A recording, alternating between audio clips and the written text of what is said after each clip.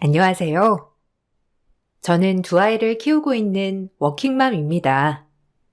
일을 하면서 아이들을 키우는 게 버거울 때도 있지만, 그래도 아이들을 위해 더 열심히 노력하고 있어요. 저희 가족은 이미 한 차례 밑바닥까지 떨어졌던 적이 있었는데요. 지금도 그때 당시를 생각하면 마음이 미어질 정도로 슬프지만, 더 꿋꿋하게 정신 차리고 잘 버티기 위해 노력하는 중이랍니다. 처음부터 저희가 어려움을 겪었던 건 아니었어요. 큰 위기를 겪으면서 얻게 된 것이라면 바로 가족의 소중함이었죠. 여러분들에게 저희의 얘기를 들려드리고 싶어 이렇게 사연을 보내봅니다. 저희 시댁은 지역에서도 유지 집안이라고 불릴 정도로 잘 사는 곳이었어요. 반면에 저는 할머니 손에서 가난하게 자랐고, 그래서 결혼 당시에도 시댁 쪽에서 반대가 많았고, 겨우 결혼을 해서도 전 눈치를 많이 보면서 살았죠. 집안도 비교가 되었지만 신혼집부터 혼수까지 모두 시댁에서 해주셨는데 그렇게 받고 나니 더 기가 죽을 수밖에 없더라고요.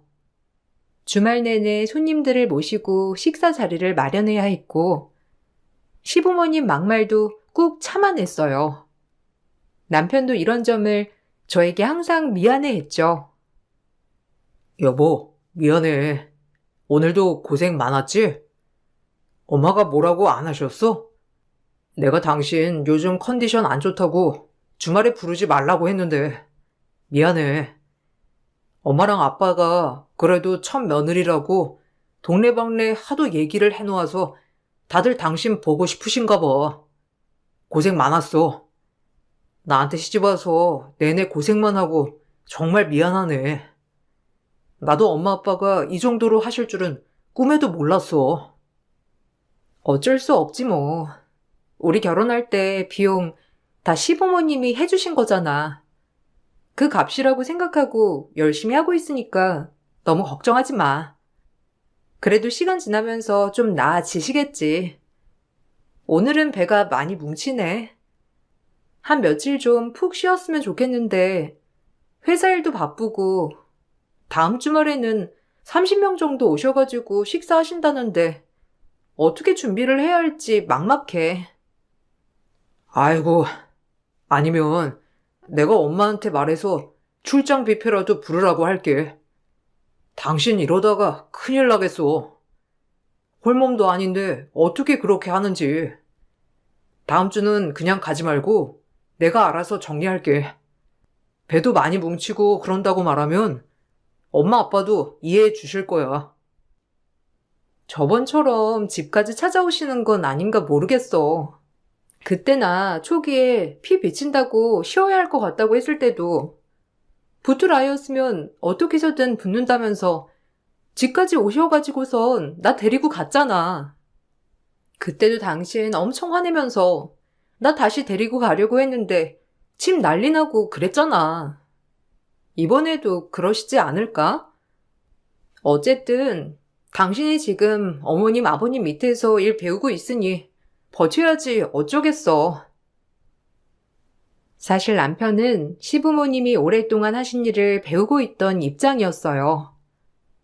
그러다 보니 월급도 저축해주겠다며 제대로 받아본 적 없었고 그 대신 신혼집이며 결혼비용도 모두 시댁에서 해주셨던 거였죠. 당장 나가 먹고 살려고 해도 배우고 있던 일은 제대로 배우는 게 나을 것 같다 생각이 들어 그렇게 버티고 버텼던 것 같아요. 그렇지만 시부모님은 시간이 지나도 나아지지 않으셨고 오히려 저를 더 부려먹고 막말도 많이 하셨죠. 옆에서 보던 남편은 도저히 안 되겠는지 모든 걸 다 버리고 저와 아이를 데리고선 야반도주를 했어요. 그렇게 작은 단칸방에서 새롭게 시작을 하게 되었죠. 남편은 시부모님 밑에서 배웠던 일을 갖고 사업장을 작게 차렸어요. 몇 년은 그래도 꾸준히 잘 되는 듯 싶었는데 둘째 아이를 낳고 나서 얼마 지나지 않아 사업이 망해버리고 말았죠. 당장 아이 기저귀 값도 없어 결국 저희는 시부모님을 찾아갈 수밖에 없었어요. 네가 웬일이니? 앞으로 영 끊자는 각오로 그렇게 도망가고 나서는 이렇게 뻔뻔하게 찾아올 수가 있어? 보아하니 꼬락서니가 쫄딱 망한 것 같은데 우리한테 뭐 콩고물이라도 얻어먹으려고 온 거냐? 우린 니들 결혼할 때 해줄 거 다 해줬고 더 이상 해줄 것도 없고 해주고 싶은 마음도 없어. 우리가 얼마나 너희들한테 잘해줬는데 은혜를 그따위로 갚아? 어머님, 죄송해요. 근데 당장 아이 먹을 음식도 없고 기저귀 값도 없어서요. 한 번만 도와주시면 안 될까요? 남편 거래처에서 대금도 못 받고 빚도 산더미라 더 이상 빌릴 수 있는 곳도 없어요. 저희 살고자 찾아온 게 아니라 아이들만이라도. 너 되게 뻔뻔하다. 아들 어떻게 꼬셔가지고선 집까지 내팽개치고 나가게 하더니만 이제는 도와달라고 데리고 와서 비니?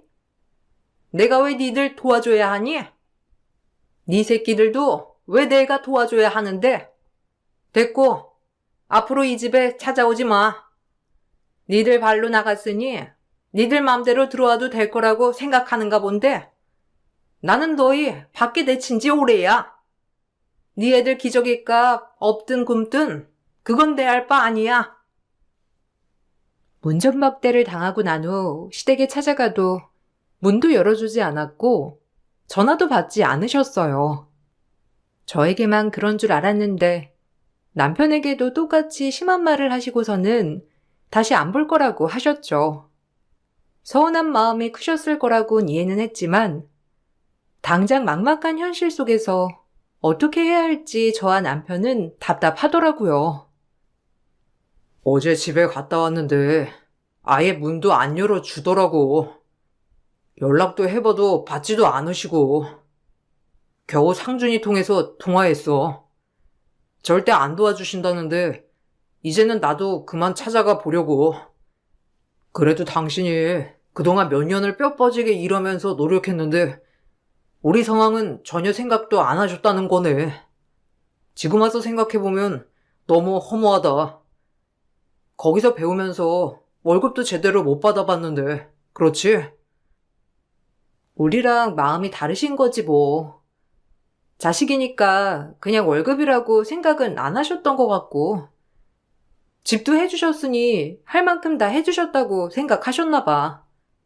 어쨌든 우리가 연락 없이 무작정 나가버린 건 사실이니까 그걸로 마음이 많이 상하신 거지 뭐. 내가 주변에 한번 도움 받을 수 있는지 알아볼게.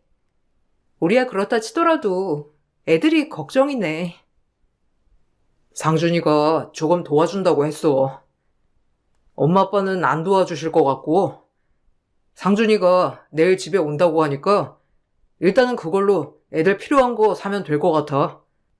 당신한테 정말 미안해.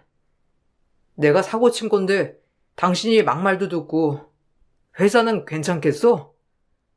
며칠 좀 쉬어도 괜찮아. 생활비는 내가 어떻게든 벌어볼게. 내일부터 채권자들 찾아가서 사정 말하고 부탁이라도 해보려고. 당신도 고생이지 뭐. 생활비는 걱정하지 마. 회사에 말해서 조금 당겨서 월급 받기로 했으니까. 안 그래도 당신이랑 얘기를 좀 해보려고 했는데 나 그냥 회사 정리하고 프리랜서로 일해보려고. 지금 다른 업체에서 주는 업무들도 많은데 회사 일 때문에 못하기도 했거든. 그냥 프리랜서로 일하면서 애들도 집에서 보고 이러면 좀 나아지지 않을까 싶어. 다행히 시동생의 도움으로 저희는 겨우 생활을 이어갈 수 있었어요. 그때부터 저와 남편은 이악 물고 죽기 살기로 노력했죠. 전 디자인 회사에서 근무를 하고 있었는데 바로 프리랜서로 전향하고 밤낮 없이 일을 했습니다. 남편 또한 쉴 틈 없이 일을 했고 그렇게 몇 년을 고생한 끝에 빚을 정리할 수 있었어요. 채무를 어느 정도 정리를 하고 난 후에 그동안 도움을 줬던 시동생과 모여 술자리를 한 적이 있었죠. 도련님, 정말 고마워요. 솔직히 도련님 아니었으면 저희가 지금까지 이렇게 버틸 수 있었나 싶어요. 도련님이 끝까지 저희 도와줬으니까 지금까지 잘 버틸 수 있었던 것 같아요. 정말 고마워요. 여보, 당신도 고생 많았어. 주말에도 쉬지도 못하고 일하고 잠도 푹 자본 적 없잖아. 우리 다들 고생 많았다, 정말. 우리 애들도 고생 많이 했고. 아이, 형수님이 제일 고생 많았죠. 솔직히 형이 사고 친 거 형수님이 뒷수습한 거잖아요. 어쨌든 형수님, 정말 감사합니다. 저희 형이랑 이렇게 잘 버텨준 것만으로도 정말 감사해요. 저야 그저 와서는 애들 몇 번 봐주고 그런 거밖에 없죠 뭐. 형수님이 제일 고생 많았어요. 힘드셨을 텐데 한번 내색 안 하시고. 애들도 그래서 더 행복하게 잘 자랐잖아요. 그래 여보. 여보가 고생 많았지 뭐. 밤낮 없이 일하느라고 잠도 제대로 못 잔 건 당신이잖아. 애들 간식이라도 아껴보겠다고 간식도 하나하나 다 만들고 일도 하고 나보다 더 고생 많았어. 정말 미안하고 고마워. 당신 덕분에 이렇게 우리가 많이 좋아진 것 같아. 앞으로는 당신 일 줄여도 괜찮아. 이번에 좋은 일자리 구해서 거기서 정규직으로 일하기로 했거든.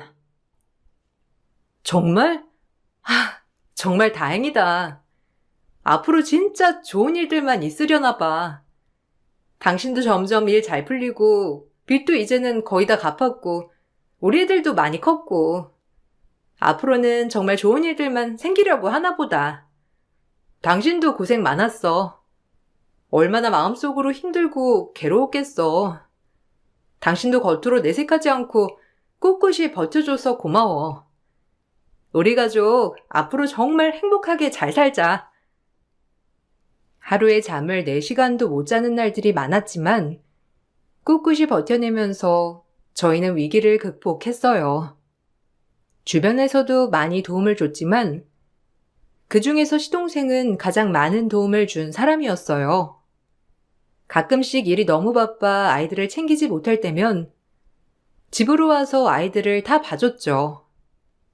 그러면서도 어떠한 보상도 보답도 바라지 않았어요. 그저 저희 가족이 잘 살기만을 바라는 사람이었어요. 도련님, 정말 고마워요. 오늘 약속 있다고 한 거 아니었어요? 남편이 도련님한테 한번 말해보라고 해서 급해서 말하긴 한 건데 생각해보니까 도련님 오늘 약속 있다고 했던 게 딱 기억이 나가지고 너무 미안해요. 오늘 고생 많았죠? 애가 아파서 어린이집도 못 가고 집에서 보육해야 하는데 중요한 거래처라 급하게 맡겨야 했어요. 너무 미안해요. 에이 형수님, 괜찮아요. 저 오늘 약속 급한 것도 아니고 저녁에 보기로 했어요. 형수님, 일은 잘 해결됐어요? 거기 거래처가 형수님 일감 제일 많이 준다면서요. 그러면 꼭 가야죠. 도원이 열은 떨어졌고 잘 자고 있어요. 밥도 잘 먹었고 아까까지 놀다가 방금 잠들었어요. 형수님도 피곤하시죠? 저 오늘 저녁에 약속이니까 도훈이 깨면 놀다가 갈게요. 형수님 피곤하실 텐데 잠깐 눈이라도 붙이세요.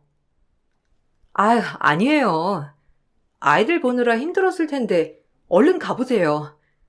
그리고 이거 도련님 자꾸 안 받는다고 해서 많이 담은 건 아니고 약소하게 담았어요. 벌써 일주일에 3일은 저희 집 와서 애들 봐주잖아요.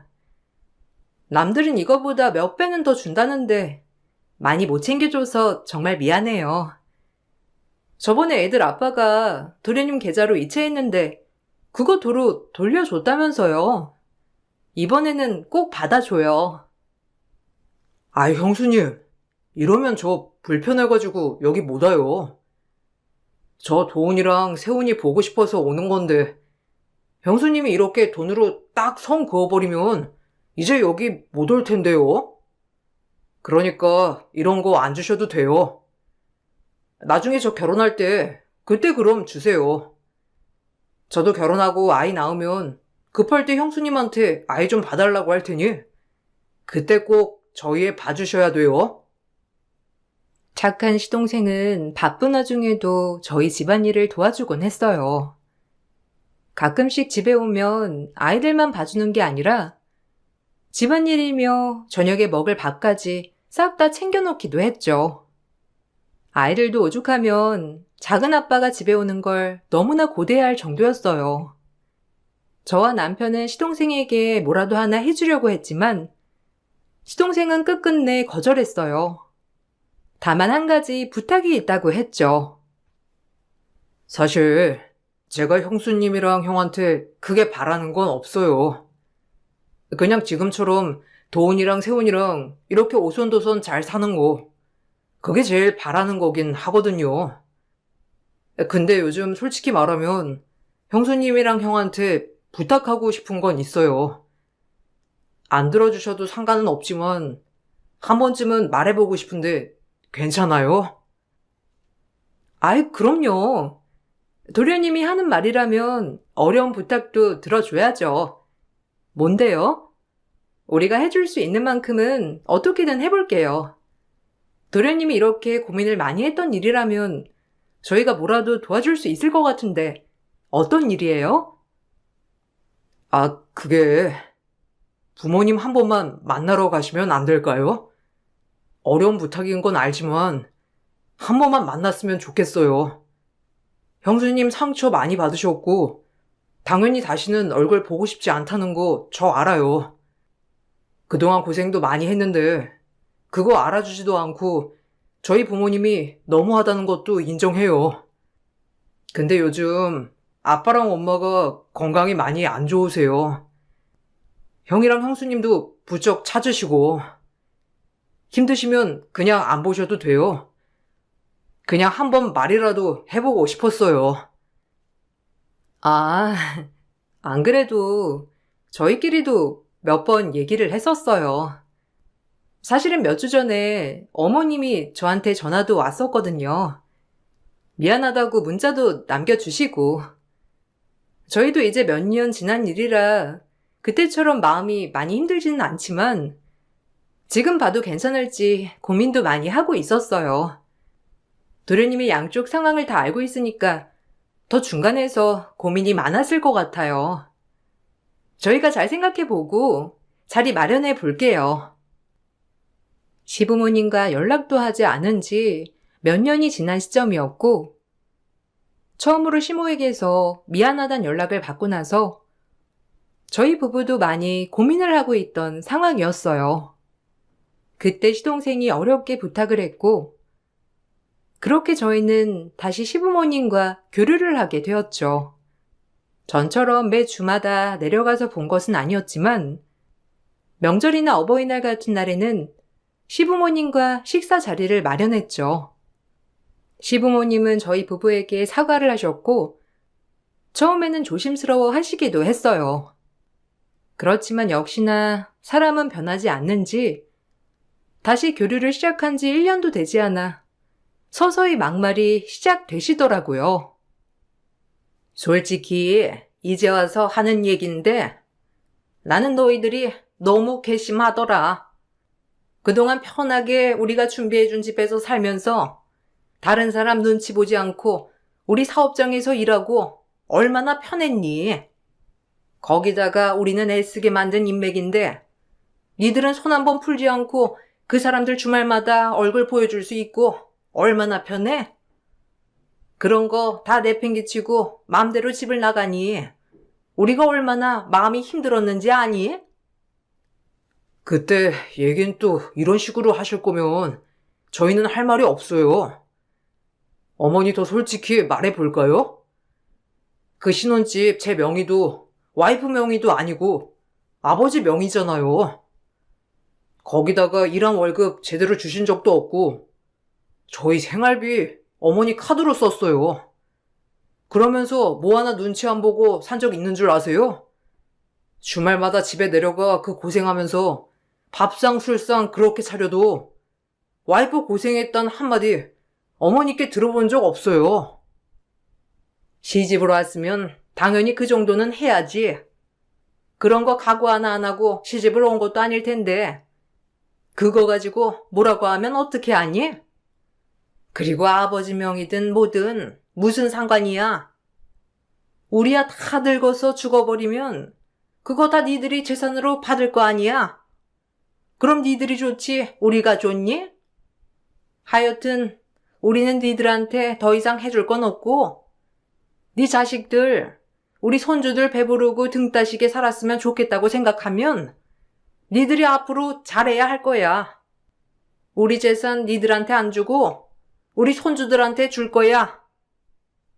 매번 말씀드리지만 저희 부모님 재산 한 번도 욕심낸 적 없고 당연히 받을 거라 생각한 적 없어요. 동생한테 다 주셔도 상관없고요. 저희한테 잘하기만 바라지 마시고 이렇게 말로 상처 주시지나 마세요. 남편의 완강한 태도에 시부모는 화살을 저에게 꽂기 시작하셨죠. 다시 교류를 하게 되면서 시부모님은 당연하게 주말마다 저에게 일하러 오라고 하셨어요. 그렇지만 전 당연히 거절을 했고 계속된 요구에 전 시부모님의 전화를 모두 차단했어요. 사실 이렇게 교류를 하는 이유는 시부모님 때문이 아니라 오로지 시동생 때문이었죠. 남편도 이 점에 대해서는 동의했어요.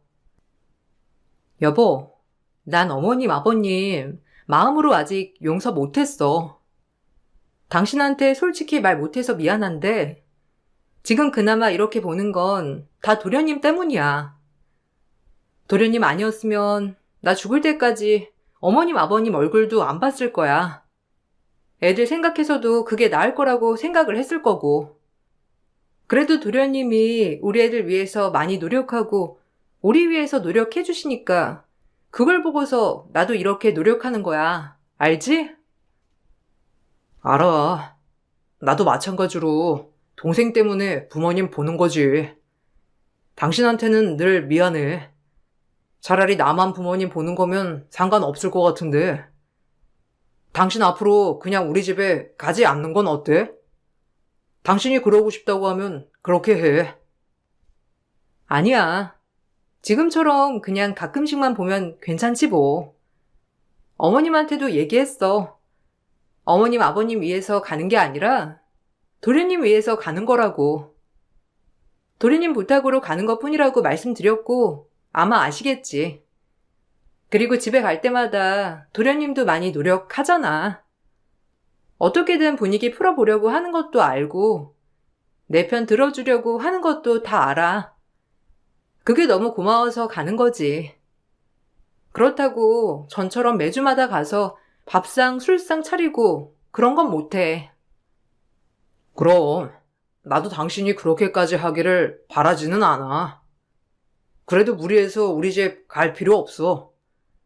상준이한테 고마워서 굳이 그렇게까지 할 필요는 없다는 뜻이야. 상준이도 당신이 많이 노력하는 거 알고 있고 다시 연 끊는다고 해도 서운하게 생각하지 않을 거야. 저희는 어버이날, 명절 같은 중요한 날에만 시댁에 갔어요. 가서도 시부모님이 도를 넘는 것 같으면 그때는 시동생이 먼저 불이 나게 나와서 말리곤 했죠. 시부모님은 아마 그런 모습이 더 싫으셨던 것 같았어요. 애미야, 너 뭐하니? 와서 얼른 밥상 차려야지. 오후에 손님들 올 거니까 반찬 좀 몇 개 하고 내일 뭐 바쁜 일 있니? 없으면 오늘 여기서 자고 내일 새벽에 나랑 같이 일 좀 하자. 오랜만에 왔는데 손님들한테 인사라도 해야지. 니들이랑 다시 얼굴 보고 지내는 거 다들 아는데 왜 이렇게 며느리 얼굴 보기 힘드냐고 말들이 많아. 이왕 온 김에 내일까지 쭉 있다가 인사하고 가렴. 아, 엄마. 그걸 왜 형수님한테 시켜? 그냥 내가 출장 음식 시킬 테니까 그만 좀 해. 형이랑 형수님 또 안 오길 바라는 거 아니지? 엄마 진짜 못된 시어머니야. 그거 알아? 내가 엄마 자꾸 그러는 거 보니까 결혼을 하기가 싫다니까. 와이프 데리고 오면 뭐해? 이렇게 분명 부려먹을 텐데. 너는 형수님 앞에서 엄마한테 그러고 싶니? 엄마는 결혼하고서 시댁일하는 거 당연하게 했어. 니들이 보고 자란 것도 그런 거면서 왜 며느리한테 그러는 거 하나 시키질 못하게 하니? 참나. 아주 너는 참 든든하겠다. 네 남편이고 시동생이고 네 편만 들고 있잖니. 그래 됐어. 괜히 너 시켜가지고 무슨 얘기를 들으려고. 엄마, 제발 형수님 오면 잘해줘. 형수님 와서 편하게 누워서 쉬지도 못하고 이게 뭐야? 형수님, 오늘은 그냥 올라가세요. 형 금방 온다고 하니까 저녁까지 먹지 마시고 그냥 가세요. 엄마는 반성 좀 더 해야 되겠어. 오늘 나랑 같이 밥 먹으면서 좀 얘기해. 중간에서 이렇게 노력을 하니 시동생 얼굴을 보고서는 시댁연을 끊을 수가 없더라고요. 시동생이 단 한 가지 했던 부탁이 시부모님을 보는 거였기 때문에 저희 부부는 쉽게 결정할 수가 없었죠. 그런 시동생이 결혼을 한다면서 예비동서를 소개해주기도 했어요.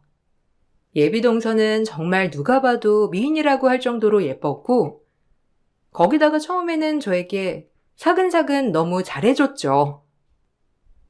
형님, 잘 부탁드려요.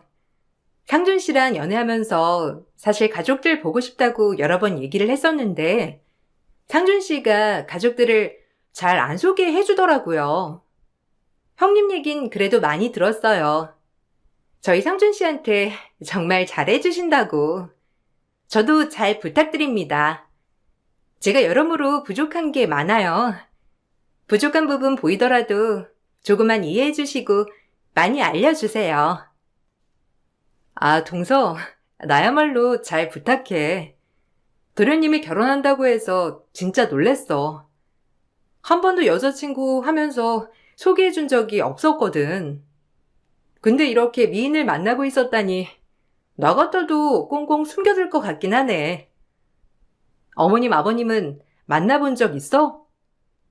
옛날 어르신들이라 약간 고지식한 점이 있을 수 있지만 도련님이 든든한 사람이니 너무 걱정하지 않아도 될 것 같아. 아직 어머님, 아버님은 만나 뵙지 못했어요. 상준 씨가 어떤 분들이신지 대충 얘기를 해주긴 했는데 벌써부터 너무 걱정이에요.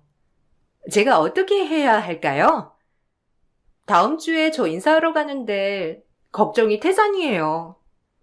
상준 씨는 하나도 걱정하지 말라고 자기만 믿으라고 하는데 저는 갖춘 것도 없고 부족한 게 많아서 시부모님이 마음에 들어 하시지 않으실 것 같아요. 그런 건 걱정하지 마. 도련님도 다 생각이 있으실 거야. 그리고 두 사람만 행복하게 잘 살면 되지. 그런 건 걱정할 필요 없어. 우리도 우리 부부가 서로 으쌰으쌰해서 이렇게 살고 있는 거야. 나도 할머니 손에 자랐거든. 부모님이 안 계셔서 시부모님이 반대를 엄청 하셨는데 그래도 이렇게 잘 살고 있잖아. 너무 걱정할 필요 없어. 화기애애하게 첫인사를 하면서 대화를 나눠보니 예비동서는 시부모님을 만나기 전 걱정을 너무 많이 하고 있더라고요. 제 상황도 설명을 해주면서 걱정할 필요 없다고 안심시키고 그렇게 첫 만남이 끝났죠. 그런데 그렇게 호의적이었던 예비동서의 태도가 변한 건 시부모님을 만나고 나서부터였어요. 예비동서가 인사를 오던 날 시부모님은 상다리 부러지게 음식을 차리셨어요. 저와는 상반된 반응이셨죠. 거기다가 그 자리에서 시부모님은 저를 너무 무시하셨어요. 우리 상준이가 결혼할 사람을 데리고 온다기에 내가 얼마나 놀랐는지 몰라. 결혼 안 하겠다고 그렇게 고집을 부리더니 이렇게 훌륭한 여자친구가 있을 줄이야. 선자리 내내 마다한 이유가 있었네. 이미 결혼한 형이 있어서 어렵게 생각할 수도 있지만 그런 거 하나도 걱정 안 해도 된다, 아가. 우리 집은 형이 먼저고 항상 우대해주고 그런 거 없어. 아, 예쁘게 봐주셔서 감사합니다, 어머님. 안 그래도 여기 인사 오면서 많이 걱정했는데 이렇게 좋게 봐주셔서 감사드려요. 상준 씨한테 어머님, 아버님 얘기는 많이 들었어요. 훌륭하시고 좋으신 분들이라고 했는데 이렇게 만나뵈니 상준 씨 인성이 어디서 나왔는지 알겠네요. 그래도 형님이 계시니 제가 부족한 부분을 잘 배울 수 있지 않을까 생각해요. 에이, 얘한테 뭐 배울 게 있겠니? 얘네는 아직도 어렵게 살아. 그 코딱지만한 동네에 월세 사는 게 말이 되니? 우리 집은 아우가 더 나은 집이야. 형보다 더한 아우 없다고 하는데 우리 집은 아우가 형 같아. 아무튼 니들은 결혼해서 저렇게 살지 말고 현명하게 올바르게 잘 살면 된다. 니들이 어떻게 하느냐에 따라서 우리 재산은 어디로 갈지 모르는 거야. 아, 어머님 말씀 잘 알겠습니다. 제가 어머님께 많이 배워야 할 것 같아요. 부족한 부분 많이 알려주시고 가르쳐 주세요. 들으셨겠지만 제가 부모님이 일찍 돌아가셔서 상견례는 따로 안 하셔도 될 것 같은데 괜찮으실까요? 아유, 쟤도 친정 없어. 그런 거 다 상관없더라. 다만 우리한테 어떻게 하는지 그게 중요하지 뭐. 쟤들 봐. 우리 뒷전으로 하더니만 쫄딱 망해가지고 저 꼴로 살고 있는 거. 나는 아무것도 필요 없다. 그저 둘이서 잘 살고 시부모 봉양하면서 잘 모시는 거. 그게 제일 중요해. 면전에서 무시하는 시부모 태도에 너무 화가 났지만 그래도 첫인사를 놓은 예비동서 앞에서 화를 낼 순 없었죠. 남편과 시동생도 그날만큼은 화를 꾹 참고 있었어요. 이후에 전 동서에게 신혼 선물을 해주고 싶어 연락을 한 적이 있었어요. 시동생에게 고마운 마음도 있어 좋은 명품으로 가방 하나를 선물해주고 싶었죠. 근데 동서의 반응이 뜻밖이었어요. 동서, 바빠? 저번에 전화했었는데 연락이 안 돼서 다시 전화했어. 내가 부재중 남겼었는데 못 봤나 봐. 아, 다른 건 아니고 도련님한테는 비밀로 하고 내가 동서 선물 하나 해주고 싶어서. 가방 브랜드 혹시 좋아하는 곳 있어? 내가 큰 건 아니더라도 가방 하나 꼭 사주고 싶어서. 생각해둔 거 있으면 부담 갖지 말고 말해줘. 금액대는 상관없으니까 편하게 말해줘. 가방이요? 형님, 마음만 받을게요. 형님한테 그 가방 받아가지고 제가 편하게 살겠어요? 안 그래도 힘드신데 무리하실 필요 없어요. 그냥 그 돈으로 아이들 과자나 많이 사주세요. 뭐 남들은 결혼 선물 받는다곤 하지만 이것도 다 사정 봐가면서 받는 거죠. 아무한테나 받을 수 없죠. 무리하지 마시고 그냥 받았다 칠게요. 어? 아니, 그때 어머님이 얘기하신 것 때문에 그렇구나? 에이, 그거 사실 아니야. 우리 그 정도로 빠듯하게 살지 않아. 그래도 내가 도련님한테 고마운 것도 있고 우리 잘 지내보자는 의미로 선물하는 거니까. 실은 뇌물이야, 뇌물. 동서한테 나 잘 봐달라는 뜻으로 주는 뇌물. 형님, 제가 동서이긴 하지만 형님 보면 좀 세상 물정을 모르시는가 싶어서요. 이제 가족이 될 거니까 제가 조심스럽게 말씀드리는 건데 돈을 그렇게 헤프게 쓰면 당연히 집이 망하죠. 솔직히 상준 씨가 동생인데 형을 그렇게 도와줬다고 하는 거 들어보면 좀 기가 막히더라고요. 이런 데 돈 쓰지 마시고 제 가방은 제가 알아서 살 테니까 아껴 쓰세요. 동서의 반응에 너무나 당황스러웠어요. 몇 주 전까지만 하더라도 저에게 호의적이었는데 왜 갑자기 태도가 바뀌었나 싶었죠. 그때 시모가 말한 얘기 때문인가 싶어 오해를 풀려고 했지만 무슨 이유인지 제 얘기는 들으려고도 안 하더라고요. 도련님을 생각해 여러 번 연락을 해보아도 예비동서는 반응조차 없었죠. 결혼 진행을 하면서 시모는 저와 예비동서를 참 많이 비교했어요. 뜬금없이 전화와 예비동서가 혼수를 얼마나 하고 오는지 자랑하시기도 했어요. 너 그거 아니? 네 동서는 과천에 25억 집 혼수로 해온다더라. 네 시동생이 그쪽으로 이번에 이직하잖니. 그래서 그쪽으로 신혼집 본인이 해오겠다고 하는데 어찌나 이쁜지. 돌아가신 사돈네가 보험금을 수억 남겨주셔서 그걸 샀다는데 에휴, 내가 큰 며느리 복은 없어도 작은 며느리 복은 있나 보다. 그거 얘기하시려고 저한테 전화하신 거예요?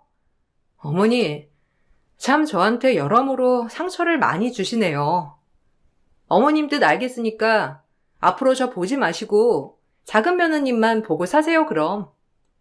근데 작은 며느리가 그 정도에 왔으니 저처럼 별 볼 일 없는 며느리 괴롭히지는 않으셔야 되겠네요? 내가 무슨 널 괴롭혔다고 그러니? 참나. 밥상 몇 번 차린 거 가지고 유나는. 그리고 나도 돌이라는 게 있는 사람이야. 그 정도 혼수를 해오면 우리 집에서도 모셔야지.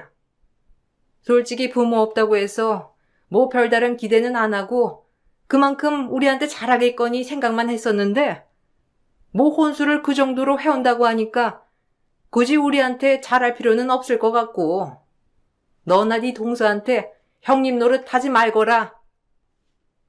제가 무슨 형님 노릇을 한다고. 어머님, 말은 바로 하셔야죠. 어머님이 하신 게 바로 시집살이에요.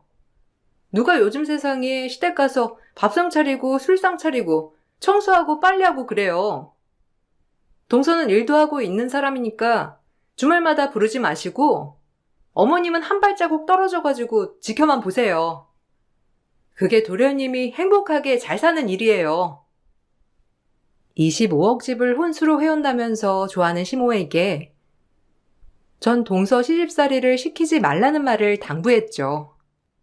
시모는 자신이 언제 시집살이를 시켰냐면서 부인했지만 그래도 생각은 있었는지 이번에는 그럴 일 없을 거라고 하셨어요.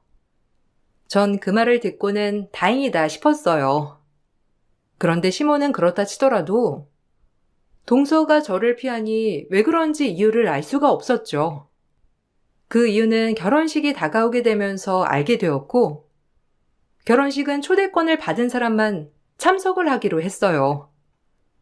그래서 당연히 저희 부부가 초대권을 받을 줄 알았는데 결혼식 몇 주 앞두고서도 예비동서는 저희에게 초대권을 주지 않았죠. 도련님은 이 사실을 모르는 듯해서 바로 동서를 찾아갔어요. 동서, 우리 아직 결혼식 초대장을 못 받았어. 도련님한테 물어보니까 초대장 동서가 보내기로 했다며? 동서가 깜빡하고 안 보냈나 싶어가지고 급하게 왔어. 도련님은 우리 받은 줄 알고 있던데 아직 못 받아가지고 거기 초대장 없으면 아예 못 들어가게 했다면서. 우리가 가족이긴 하지만 앞에서 못 들어가게 할 수도 있으니까 우리도 받아야 하지 않아? 아, 형님, 오시려고요? 그 소식 들으셨는지 모르겠는데 저 가천에 25억 하는 집 혼수로 가지고 가거든요. 그럼 대충 오시는 분들이 어떤 분들인진 아시죠? 아무래도 초대권이 좀 모자랄 것 같아서 급을 나눠봤어요. 근데 그렇게 나눠보니까 형님네는 못 오겠더라고요. 뭐? 지금 그게 무슨 소리야? 급을 나눴다니? 우리는 그럼 동서 결혼식에 초대도 못할 정도 급이라는 거야? 동서 무슨 말을 그렇게 해? 가족이니까 당연히 참석해야지. 그리고 무슨 급이야? 동서 과천에 25억 하는 집 혼수로 가지고 오면 그 정도는 돼야 참석할 수 있다는 말이야? 이제야 말이 좀 통하네. 월세 살면서 어떻게 와서 축의금 내려고요? 거기 음식값이 얼만 줄이나 알고서 그런 말 하는 건가? 하긴 그런 곳에서 결혼도 하지도 못할 정도인데 알 리가 있나? 형님, 앞으로 볼 일은 없을 것 같아서 미리 말하는 건데 이제부터 우리 남편 등골 빨아먹을 생각하지 마시고 알아서 사시고 결혼식은 급에 맞게 참석하는 걸로. 10,000원 내고 식권 구걸하게? 거지 안 받아. 뭐? 식권 구걸? 하, 진짜 보자 하니까. 동서, 지금까지 감쪽같이 속였구나? 동서 그렇게 안 봤더니 속물이었네. 그래, 알았어. 내가 그 급 한번 확 낮춰볼까? 여보세요? 동서 신혼집 제 명의로 바꿔요. 정 그 자리에서 전화를 했고 난리가 났어요. 사실 동서는 땡전 한 푼도 없을 정도로 가난한 집안이었고 동서 본인 또한 능력 하나 없었죠. 우연히 도련님이 다니던 회사에 동서가 아르바이트를 가게 되었는데 그곳에서 도련님의 정보를 알게 된 동서는 어떻게든 도련님과 만나려고 노력했던 거였어요. 온갖 세월 풍파 속에서 눈치가 빠삭했던 동서는 도련님이 돈보다는 인성을 본다는 걸 알게 되었고 그렇게 천사표로 도련님의 마음을 사로잡았던 거였어요. 착한 도련님은 동서의 상황을 모두 이해했고 결혼을 결심하게 되었던 거죠. 단 한 가지 걸리는 점이 있었던 게 바로 시부모님의 시집살이였어요. 저 또한 동서가 시집살이 하는 걸 원하지 않았고 도련님과 머리를 맞댄 끝에 과천 25억 집을 동서가 혼수로 가지고 오는 것으로 마련하자 계획하게 된 거였죠. 실은 저희는 죽을 듯이 노력하면서 돈을 많이 모았고 이곳저곳 투자를 하며 수억 원대 재산을 쌓은 상태였어요. 그동안 티를 내지 않고서 월세 그대로 살고 있었는데 아무것도 모르던 시모는 우리가 찢어지게 가난하다고 동서에게 말했던 거였고 과천 25억 집이 도련님 재산이라고 생각했던 동서는 혹시라도 저희가 도련님에게 빌붙을까 싶어 애초에 싹을 자르려고 했던 거였죠. 모든 사실이 드러나고 도련님은 파혼 선언을 했어요. 동서는 그제야 미안하다며 저에게 사과를 해왔죠. 정말 죄송해요, 형님. 제가 아무것도 모르고 제 욕심 때문에 정말 죄송합니다. 상준 씨가 저랑 결혼을 못하겠다고 하는데 솔직히 이건 형님 잘못도 있잖아요. 애초에 저한테 사실대로 말을 해주셨으면 좋았을걸. 형님 잘못도 조금 있으니까 한 번만 상준 씨한테 기회를 달라고 해주시면 안 될까요? 정말 부탁합니다. 저 상준 씨 없이는 못 살아요. 웃기고 있네. 도련님 없이는 못 사는 게 아니라 도련님 재산 없이는 못 사는 거겠지. 내가 니년 그 검은 속 모를 줄 알고? 내가 그 혼수 대신 해준 거 애초에 알았다면 너 나한테도 그 검은 속내 내비치지 않고 속였겠지. 너 같은 건 우리 도련님이랑 어울리지도 않아. 정말 죄송해요. 한 번만 용서해 주세요. 어머님 말만 듣고선 형님네가 도련님한테 생활비도 받고 그러면서 살아왔다고 하셔서 앞으로도 그럴까봐 제가 무서워서 그런 거예요. 정말 죄송해요. 형님 말 한 번이라도 들어볼 걸. 한 번만 기회를 주세요. 아니면 상준 씨한테 제 말만 한 번 들어달라고 제발 부탁드려요.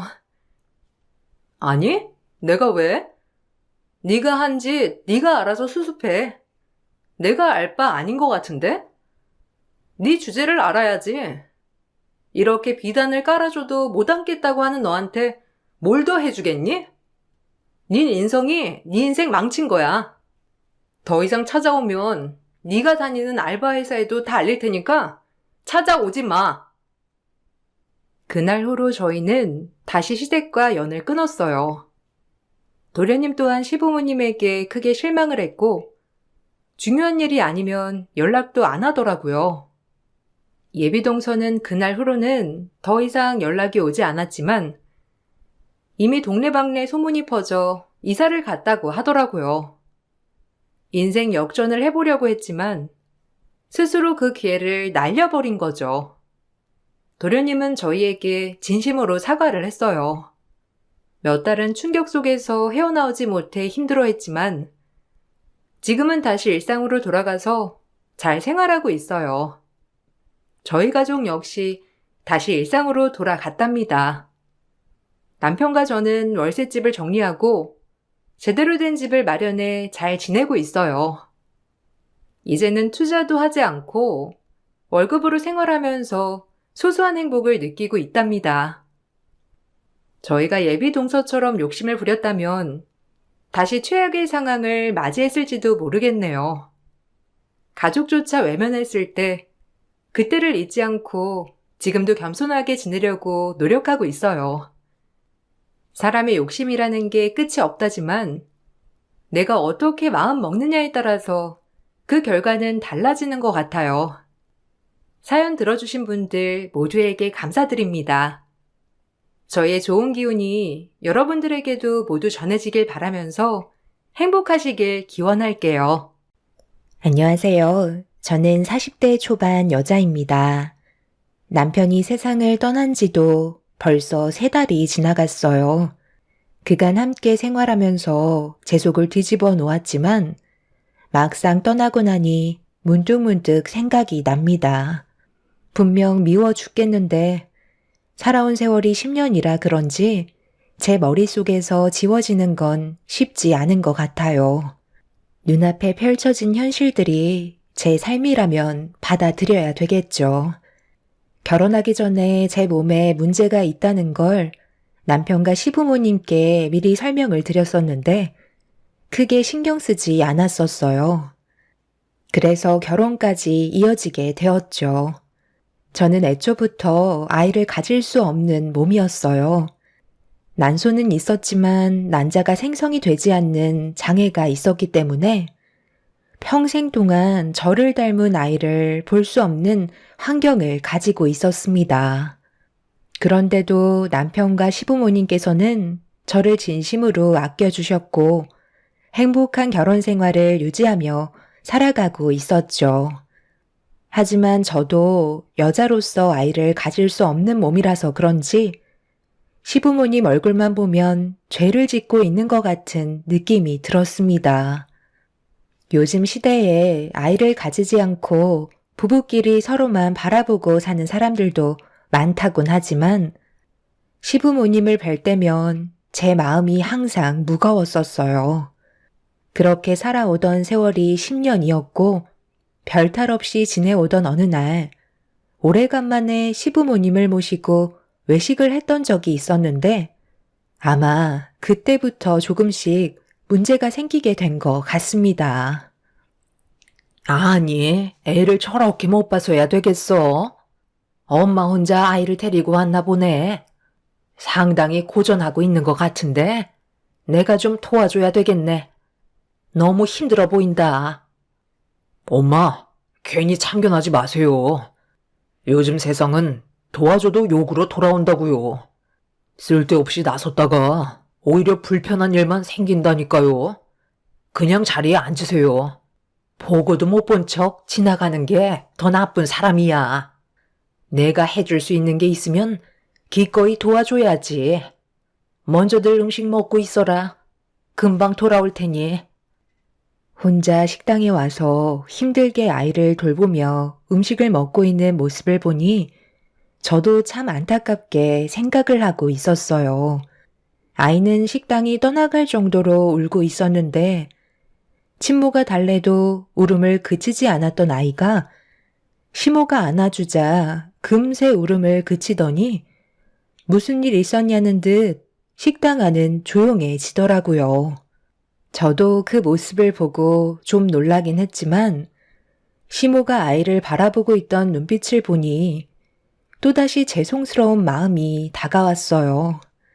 남편과 결혼할 당시 아이가 없어도 상관없다는 말씀을 하셨지만 아이를 안고 있는 시모를 봤을 때 겉으로 표현은 안 하셨던 것뿐이지 속으론 손주를 보고 싶어 하셨다는 걸 눈빛을 통해 확실히 알 수 있었죠.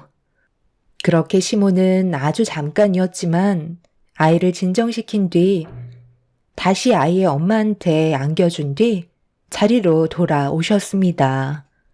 남편은 시모가 안아주자 울음을 그쳤다는 게 신기한 듯 말수가 많아졌지만 저는 고개를 들지 못할 정도로 너무 죄송스러웠습니다.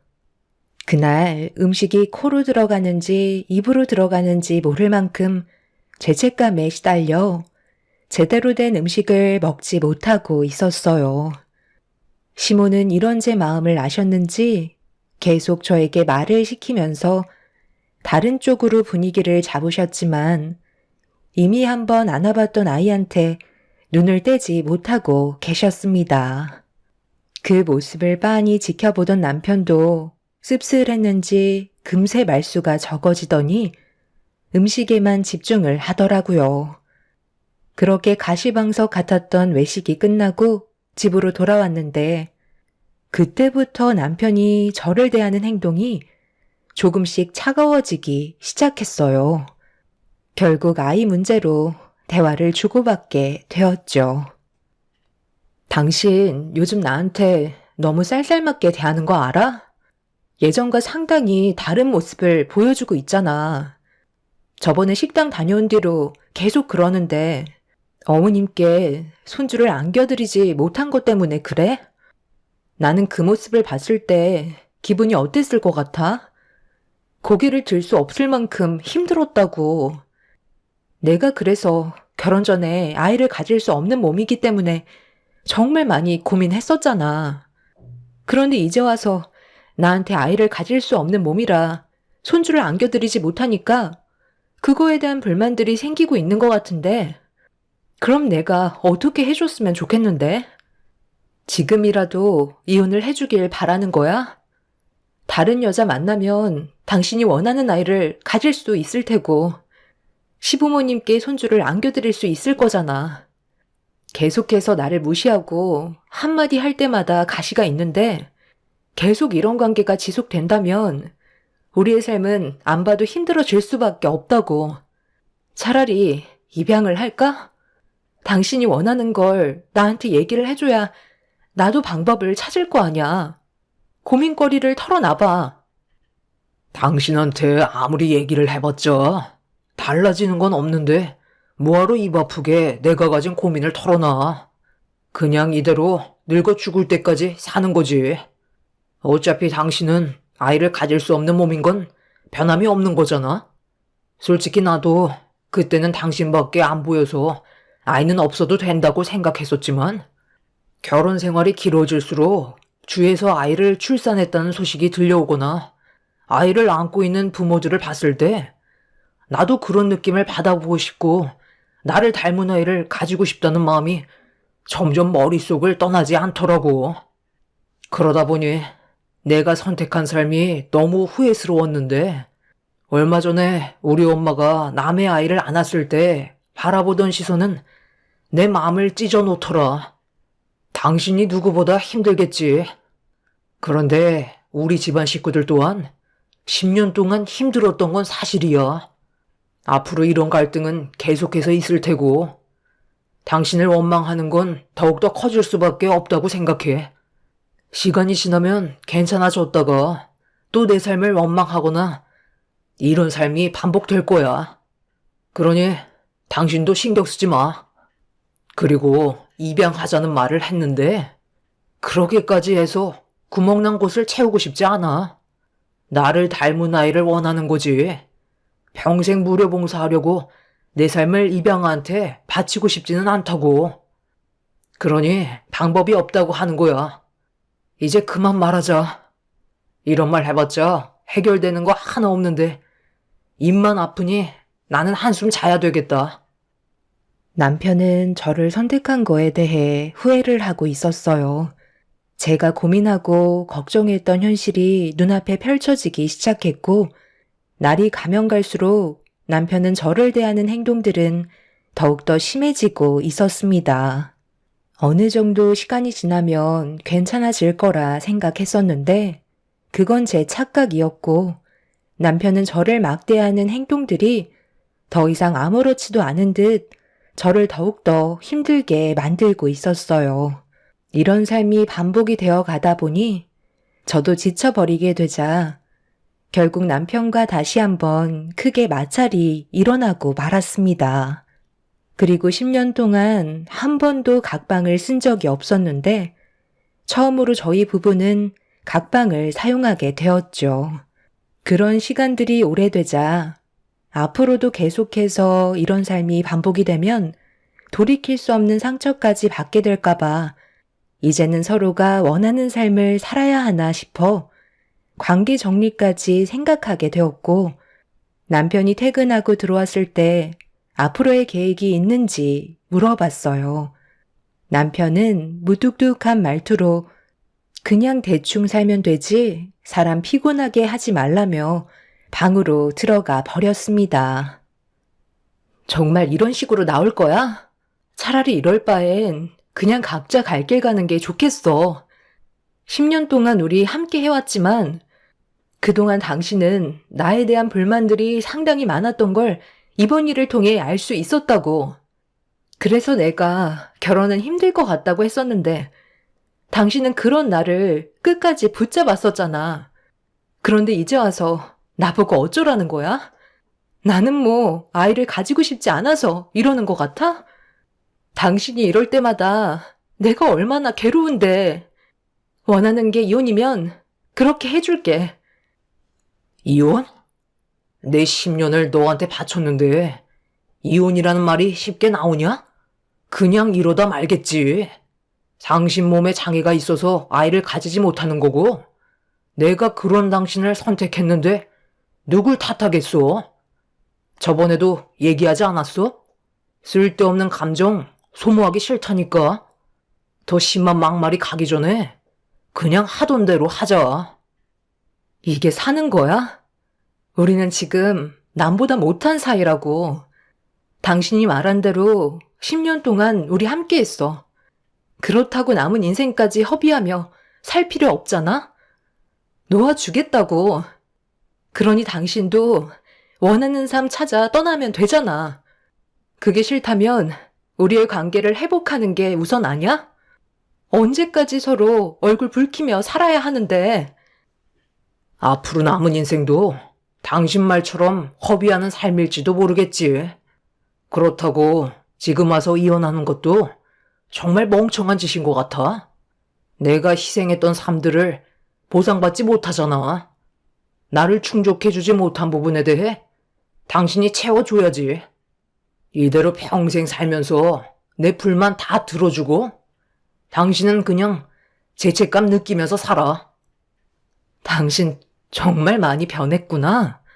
작년까지만 해도 이렇게까지 나를 함부로 대한 적은 없었는데 당신 인생을 망쳤으니 평생 당신 수발들면서 죄책감 느끼며 살라고? 나를 사랑하기는 하는 거야? 어떻게 그런 말을 함부로 뱉을 수가 있어? 아이만 가지지 못할 뿐이지 내가 그동안 당신한테 어떻게 했는데 이럴 수 있냐고.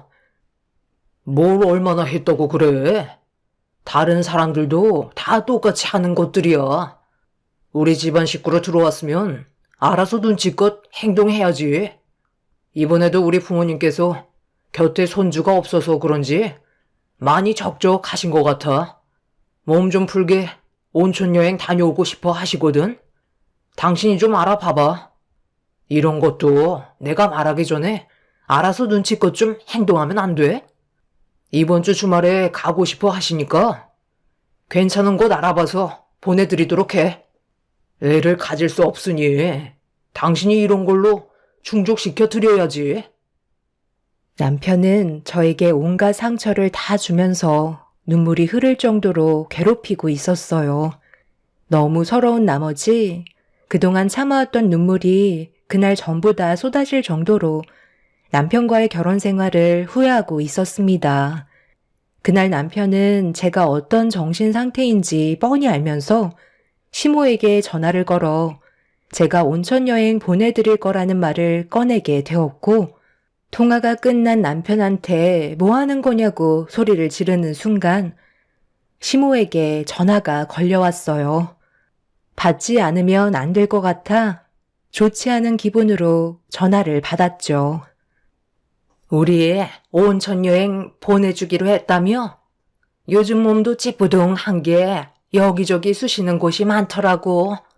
온천 여행 가고 싶다는 생각이 들었었는데 정말 고맙다.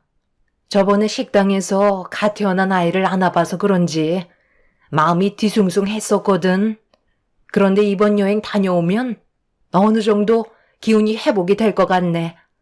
충주의 온천이 유명하다던데 그쪽으로 한번 알아봐라. 이번 주 주말에 출발할 수 있게 준비 좀 해주고 넉넉하게 용돈도 좀 넣어줬으면 좋겠다. 이럴 때 며느리한테 대우도 좀 받고 하는 거지. 기분 나쁘거나 그런 거 없는 거지? 솔직히 우리도 네가 아이를 가질 수 없는 몸이라는 말을 들었을 때 내 아들과 결혼을 시켜야 하는지 정말 고민 많았었는데 그래도 이런 식으로라도 충족을 시켜주니 어느 정도 마음의 위안은 되는 것 같네. 앞으로 좀 더 자주 부탁하게 될 것 같은데 괜찮지? 내가 너였더라도 똑같이 행동했을 거다. 그럼 기대하고 있을 테니까 좋은 여행이 될 수 있게 돈 아끼지 말고 할 수 있는 패키지는 전부 다 껴넣어놔라. 시모도 남편과 다를 게 없었어요. 은근히 아이를 가질 수 없으니 물질적으로라도 채워줘야 하지 않겠냐며 저를 이용해 다른 부분들을 충족시키려 하고 있었습니다. 다들 처음에는 저를 진심으로 받아주는 것 같더니 시간이 좀 지나자 저에 대한 불만들은 끊임없이 나오고 있었습니다. 저를 위로해주는 사람은 단 한 명도 없었고 그렇게 다가온 주말에 시부모님께선 온천 여행을 떠나게 되셨어요. 그런데 그게 또 다른 문제를 키울 거라곤 상상조차 하지 못했고 충격적인 소식을 접하게 되면서 남편은 이성을 잃어버려 저에 대한 원망을 하고 있었습니다. 모든 결정과 계획은 남편과 시부모님이 하셨으면서 저를 탓하는 남편 때문에 저 또한 더 이상 화를 참을 수 없었어요. 시부모님께서 온천 여행을 떠나신 뒤 며칠 동안 조용했었는데 집으로 돌아오실 때 버스가 반대편에서 넘어오는 차를 피하려다가 전복되는 사고가 발생이 되었는데 버스 안에 타고 있던 많은 사람들이 다치게 되는 일이 있었고 세상을 떠나신 분들도 계시다는 소식을 접하게 되었죠. 그런데 하필 시부모님께서는 세상을 떠나셨다는 충격적인 소식이 남편의 귀에 들어가게 되면서 제가 세운 온천 여행 계획이 시부모님을 떠나게 만들었다며 병원에서 신원을 확인하는 순간 제 멱살을 잡은 채 패대기를 치는 일이 발생되었습니다. 저는 해달라는 대로 해준 것밖에 없었는데 제 돈으로 보내드렸다는 거에 남편은 저를 원망하고 있었습니다. 결국 저도 남편한테 너무 서운했던 나머지 막말을 퍼붓게 되면서 세상 떠난 시부모님 앞에서 안 좋은 말을 주고받고 말았어요. 남편과 저는 더 이상 부부의 관계로 살아갈 수 없을 만큼 서로에게 많은 상처를 주게 되었고 이혼 얘기가 나오고 말았습니다. 이게 왜 내 탓인데? 당신이 온천 여행 보내달라는 말을 꺼냈었잖아. 나한테 그런 말 꺼내지 않았다면 이런 일은 발생되지 않았겠지. 선택은 당신이 해놓고 왜 내 탓을 하는 건지 정말 이해를 할 수가 없어. 최종 결제를 한 게 내 탓이라고? 그런 억지가 어디 있어? 아버님, 어머님 세상 떠나신 건 나 때문이 아니라 전부 당신 때문이라고. 어차피 이렇게 된 거 서로에게 안 좋은 상처만 계속 남게 되니까 이혼하는 게 좋을 것 같아. 장례식 끝나고 바로 이혼하는 게 서로에게 더 큰 상처를 주지 않는 최선의 방법이라고. 언제까지 이렇게 살아야 하는 건데? 당신은 두 분 다 세상을 떠나신 것도 내 탓을 하며 평생 못 살게 굴 거 아냐. 그럼 이대로 당신이 원하는 이혼해주면 그걸로 끝이라는 거야? 내가 받은 상처는 어떻게 하라고? 당신이 아이를 가질 수 있는 몸만 됐어도 우리 부모님께서 온천 여행은 떠나지 않으셨겠지. 전부 다 당신 탓인데 누굴 원망해? 내 옆에서 평생 자신의 몸에 대해 한탄하면서 살아. 나는 절대로 이혼 못 해주니까 그런 줄 알아. 당신이 원하는 삶은 이루어지지 않을 거야. 내 인생에 당신을 선택했던 게 제일 후회스러워. 이번 일은 평생 잊지 못할 거야. 남편은 저를 강하게 밀친 뒤 온갖 막말을 퍼부었어요. 저도 시부모님께서 세상을 떠났다는 거에 엄청난 충격을 받았던 터라 남편의 막말에도 제대로 된 대응을 하지 못했습니다. 그렇게 한참 동안 병원에서 난리를 치다가 시부모의 장례를 치르게 되었고 저희 부모님께서 급하게 장례식장으로 오셨는데 이미 술이 잔뜩 취해버린 남편은 저희 부모님께 막말을 퍼부으며 저에 대한 원망을 하기 시작했어요. 저희 부모님은 아무 말도 하지 않고 지켜보셨습니다. 자모님, 무슨 말 좀 해보세요. 이 사람이 왜 아이를 가질 수 없는 몸이 되어버린 거냐고요. 그것 때문에 결국 저희 부모님은 세상을 떠나셨잖아요. 재석을 뒤집어 놓으시려고 장례식장에 오신 건가요? 고개만 떨구고 있다고 달라지는 게 있을 것 같아요?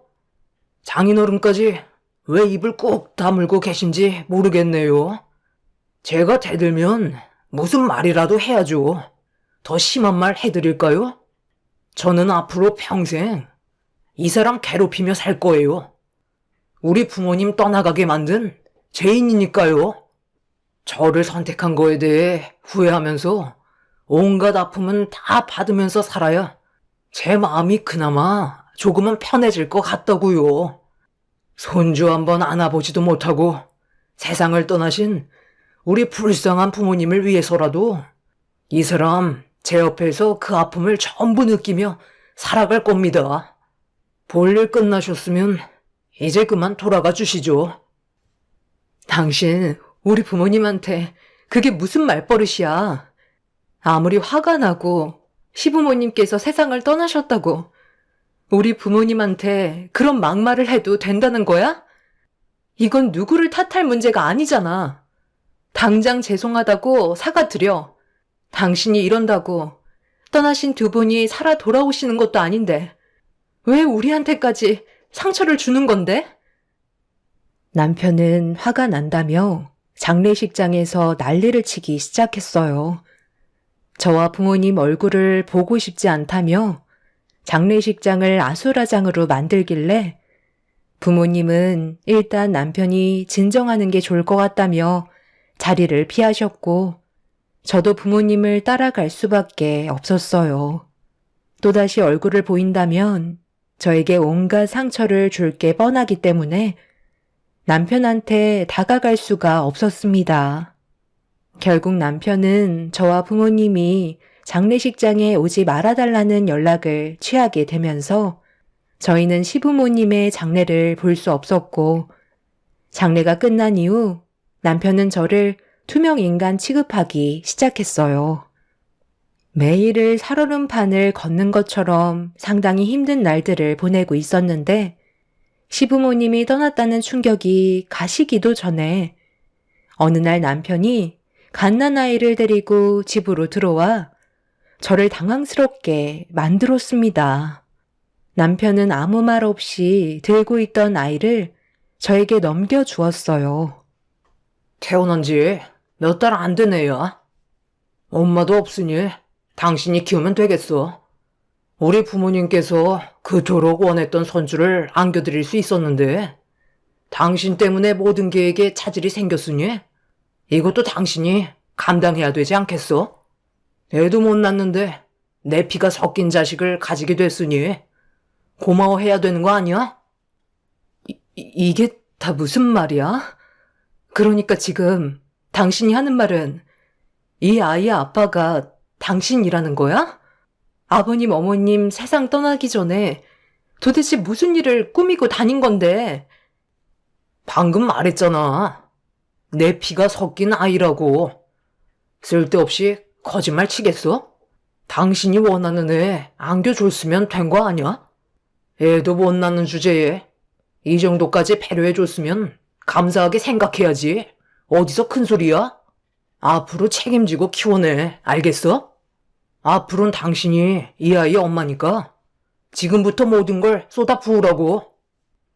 지금 하는 말은 나 말고 다른 여자를 만나고 있었다는 거네? 당신 제정신이야? 이 아이의 엄마가 있을 거 아니야. 엄마가 없다고 거짓말 치면 내가 그 말을 믿겠어? 나는 다른 여자 만나면 안 돼?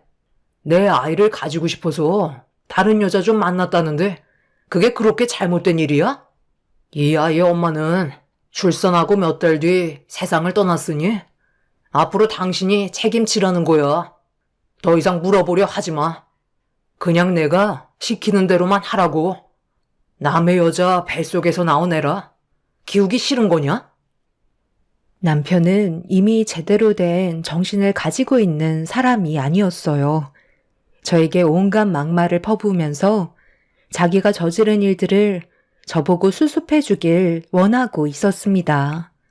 무책임한 행동들이 저를 화나게 만들었지만 그렇다고 아이를 시설에 보낼 수도 없었던 터라 저는 지금의 상황을 어떻게 정리해야 될지 몰라 아이를 아는 채 아무것도 못하고 있는데 남편은 방 안으로 들어가 나오지 않았습니다. 아무것도 준비가 되어 있지 않은 상태라 뭘 어떻게 해야 할지도 몰라 일단 아이를 들쳐맨 뒤 마트에 들러 급하게 젖병과 분유를 사서 집으로 돌아와 인터넷을 보며 분유를 타서 울며 보채고 있는 아이 입에 물려주자 어느 정도 상황은 진정이 되었습니다. 순간적으로 닥친 일 때문에 머릿속이 복잡해진 상태인데 남편은 불러도 방 안에서 나오지 않고 있었어요. 아무것도 모르는 아이는 젖병을 물은 채 잠이 들었고 잘 자고 있는 아이를 깨우고 싶지 않았던 저는 결국 남편한테 큰 소리조차 내지 못했습니다. 이 험한 세상에 엄마의 품에 제대로 안겨본 적 없이 저에게 온 아이도 불쌍했지만 이런 삶을 살아야 한다는 제 자신 또한 너무 불쌍하게만 느껴졌어요. 막 나가는 남편의 행동들은 더 이상 함께할 수 없을 만큼 실망을 안겨줬기 때문에 저도 조금의 미련도 남아있지 않게 되었고 저 몰래 다른 여자를 만나 자식까지 데려온 남편이 원망스러웠습니다. 다음 날 미리 준비되어 있었지만 꺼내지 못했던 이혼 서류를 남편한테 건네주며 그동안 함께했던 10년의 세월을 정리해줬으면 좋겠다는 말을 꺼냈습니다. 남편은 콧방귀도 안 끼면서 제 앞에서 이혼 서류를 찢었지만 이런 상황들이 부모님의 귀에까지 전달되면서 저희는 법적 소송으로까지 가게 되었고 결국 저희 손을 들어준 재판은 남편이 이혼 서류에 도장을 찍게 만들었습니다. 차마 남편이 바람 피워 만든 자식을 제가 키울 수는 없겠더라고요. 그렇게 결정된 이혼은 서로에게 상처만 남긴 채 끝이 나고 말았습니다. 10년의 세월 동안 울고 웃으며 많은 일들이 있었지만 그 끝은 불행이었고 저희는 한순간에 법적으로 남남이 되었던 거죠. 그렇게 각자의 삶을 살아가야 했지만 또 다른 시작에 쉽게 적응을 하지 못하고 있었습니다. 그렇게 몇 달의 시간이 지나는 동안 남편과 저는 서로에게 단 한 번도 연락을 취한 적도 없었고, 현재 주어진 삶에 최선을 다하며 살아가고 있었는데, 어느 날 전화 한 통을 받고 급하게 응급실로 향했어요. 남편의 생명이 위급하다는 소식을 듣게 되었던 거죠. 알고 보니 음주운전으로 인한 사고였는데, 뒷좌석 카시트에 타고 있던 아이는 다행히도 무사했다며 간호사의 품속에 안겨있는 아이를 저에게 건네 주었어요. 몇 달 만에 보게 된 아이는 지쳐 잠이 들어 있었고, 남편은 더 이상 이 세상과 살아가고 싶지 않았는지 결국 세상을 떠나고 말았습니다. 한마디 말도 없이 떠나가 버린 남편의 마지막 모습을 보고 있는데, 저희가 왜 이렇게까지 되어버린 건지 몰라 결국 눈물을 쏟아내고 말았어요.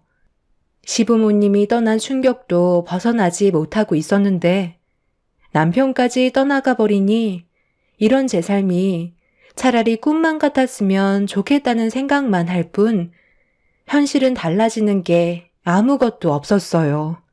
결국 제 손으로 남편의 장례까지 치러야만 했지만, 아이는 어떻게 해야 할지 많은 고민에 빠지고 말았죠. 부모님께서는 저와 피 한 방울 섞이지 않은 아이이고, 남편이 바람 피워서 낳은 자식이기 때문에 걷어들일 필요 없다며, 법적으로도 제 아이가 아니기 때문에 절차대로 진행하는 게 맞다면서 그 아이를 시설로 보내는 게 좋을 것 같다는 의견을 주셨어요. 남은 제 인생을 아이로 인해 망치는 걸 보고 싶지 않다는 부모님의 말을 제가 모르는 건 아니었어요.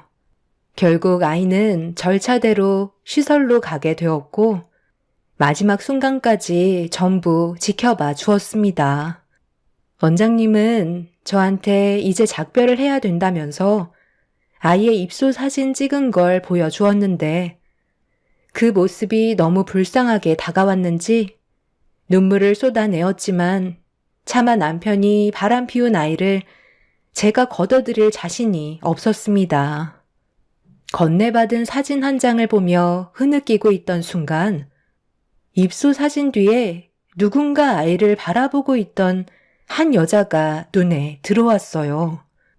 너무 작게 나온 얼굴이라 잘 보이지는 않았는데, 저희 쪽을 바라보던 위치를 고개를 들어 확인하는 순간 저를 몰래 바라보던 여자와 눈이 마주쳤고, 어디선가 많이 본 얼굴인 것 같아 조심스럽게 다가가 몸을 숨기고 있던 여성분께 말을 붙였습니다. 고개를 숨긴 채 아무 말도 하지 않고 있던 여자는 저를 밀치면서 도망치려 하자 뭔가 느낌이 좋지 않아 팔을 잡고 몸을 돌려 세웠는데, 몇 달 전에 시부모님과 외식을 할 때 아주 잠깐 만났던 여자였어요. 아이를 제대로 돌보는 방법을 몰라 울고 있던 아이를 시모가 달래주면서 진정시켜 줬었는데, 그때 앉아있던 여자가 왜 저희를 쳐다보고 있는 건지 알 수 없었죠. 그런데 갑자기 무언가 뒤통수를 제대로 맞은 것 같은 느낌이 들었고, 그 여자는 저에게 갑자기 무릎을 꿇더니 죄송하다며 손이 발이 되도록 빌기 시작했어요. 그리고 충격적인 한마디를 꺼내게 되었죠. 정말 죄송해요. 저도 일이 이렇게까지 커질 거라곤 생각하지 못했어요. 애가 태어나게만 해주면 많은 돈을 주겠다는 조건 때문에 시작하게 된 거지만, 제가 임신을 하고 그 사람의 아이를 출산했을 때 복합적인 감정이 들더라고요.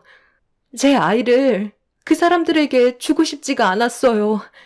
제가 키우고 싶다는 마음을 떨쳐낼 수가 없어서 한동안 고민에 빠져 있었는데, 그분의 부모님께서 돈을 주며 제 자식을 계속 요구하시길래 도망쳐 다니고 있었지만, 아이를 키우는데 필요한 것들이 상당히 많더라고요.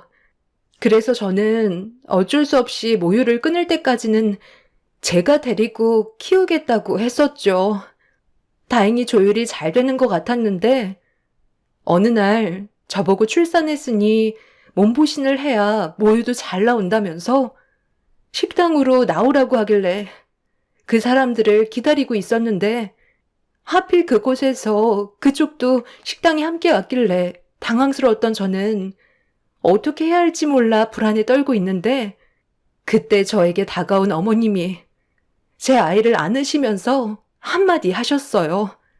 그쪽이 이 사실을 알게 되는 순간 저는 아무것도 얻지 못한 채 빈털터리로 남게 될 거라면서 상간녀 소송을 당하기 전에 조용히 돈만 받고 사라지라며 큰일을 만들어봤자 좋을 거 하나 없다는 말을 꺼내셨죠.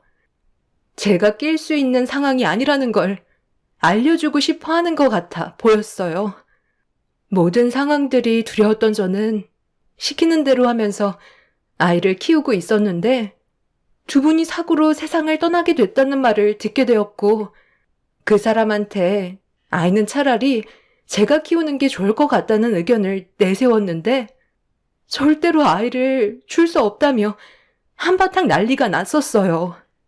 결국 절 밀치고 제 자식을 데리고 가버리는 바람에 저는 아무것도 하지 못한 채 그쪽의 품에 안겨있는 애를 멀리에서 지켜볼 수밖에 없었죠.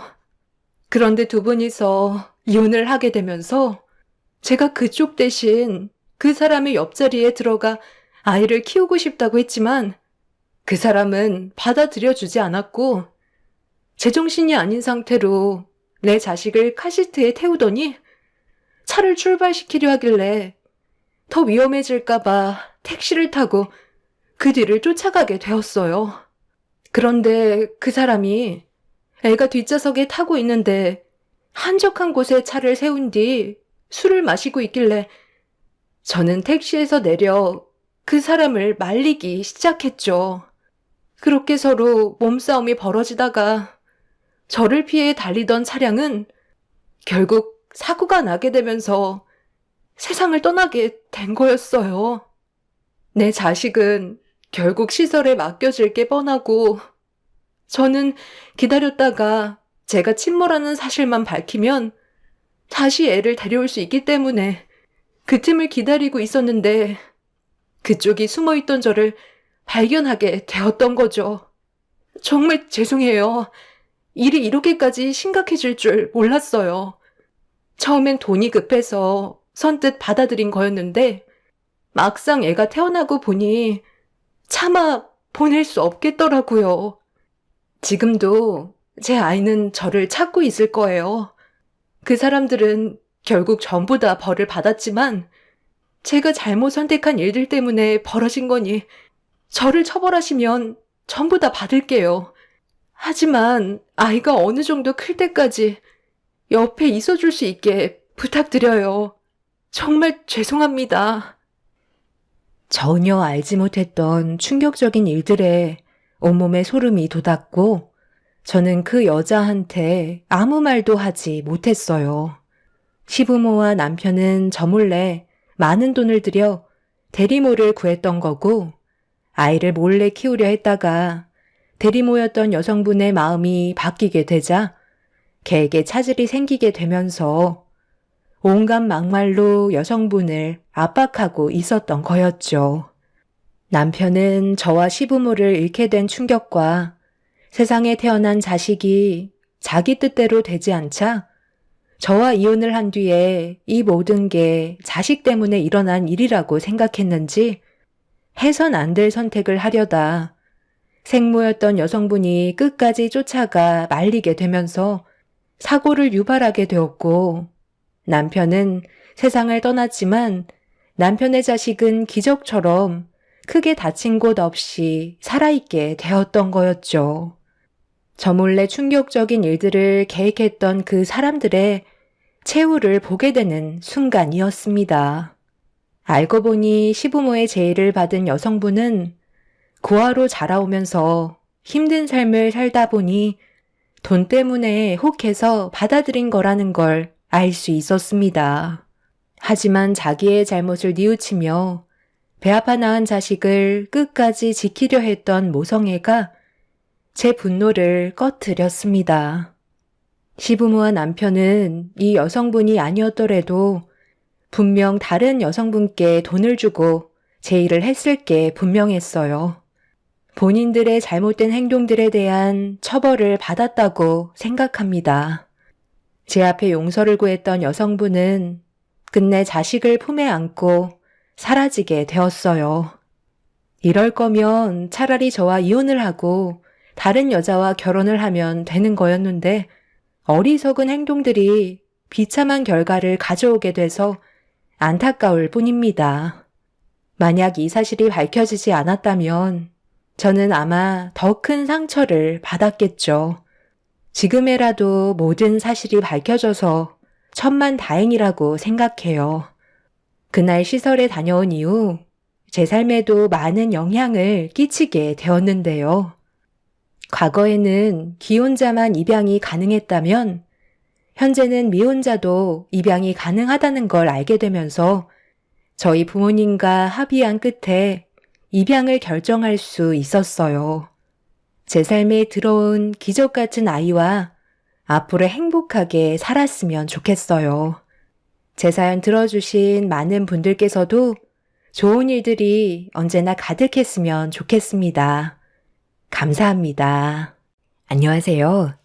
저는 최근에 엄청난 충격적인 일들을 경험하게 된 인천에 살고 있는 40대 초반 여자입니다. 남편과 10년의 결혼 생활을 해오는 동안 전혀 몰랐던 사실을 이제야 알게 되었는데요. 제 사연을 듣게 되실 여러분들께서도 이런 일이 실제로 벌어졌다는 거에 많이 놀라실 겁니다. 30대 초반에 남편을 만나 지금까지 잘 지내오고 있었어요. 저를 가족처럼 생각해주는 시댁 식구들이 있어서 정말 행복하게 지낼 수가 있었죠. 그런데 어느 날 갑자기 시모의 건강이 나빠졌고 집안 분위기는 순식간에 가라앉게 되었는데 의사인 신우 말로는 검사 결과 시모의 신장에 문제가 생겼다며 이식을 받아야 될 정도로 건강이 많이 안 좋은 상태라는 충격적인 말을 듣게 되었습니다. 급격하게 나빠진 시모가 입원해 있는 모습을 보고 있는데 제 마음이 찢어질 정도로 아파졌어요. 시모는 저에게 엄마 같은 존재나 다름없을 만큼 결혼 생활하는 동안 딸처럼 대해주셨습니다. 제가 시모를 엄마 같다고 말씀드린 이유는 저는 어렸을 적부터 사랑받고 살아온 적이 없었거든요. 남편을 만나기 전까지 저는 항상 혼자였고 외로운 삶을 보내왔었습니다. 남편을 만나게 된 것도 봉사활동을 하다가 알게 된 거였어요. 매번 주말마다 빠지지 않던 그때의 남편이 저에겐 호감으로 다가왔고 서로 알아가면서 처음으로 사랑이라는 감정을 느끼게 되었습니다. 그렇게 연애 후 결혼 허락을 받으러 갔는데 제가 걱정됐던 건 그동안 살아온 인생과 제대로 된 가정 환경에서 자라지 못하고 고아로 커온 사실을 알게 됐을 때 저를 어떻게 받아주실지 그게 제일 걱정이었어요. 부모 없이 자라왔다는 말을 듣게 된다면 안 좋은 시선으로 바라볼 것 같았거든요.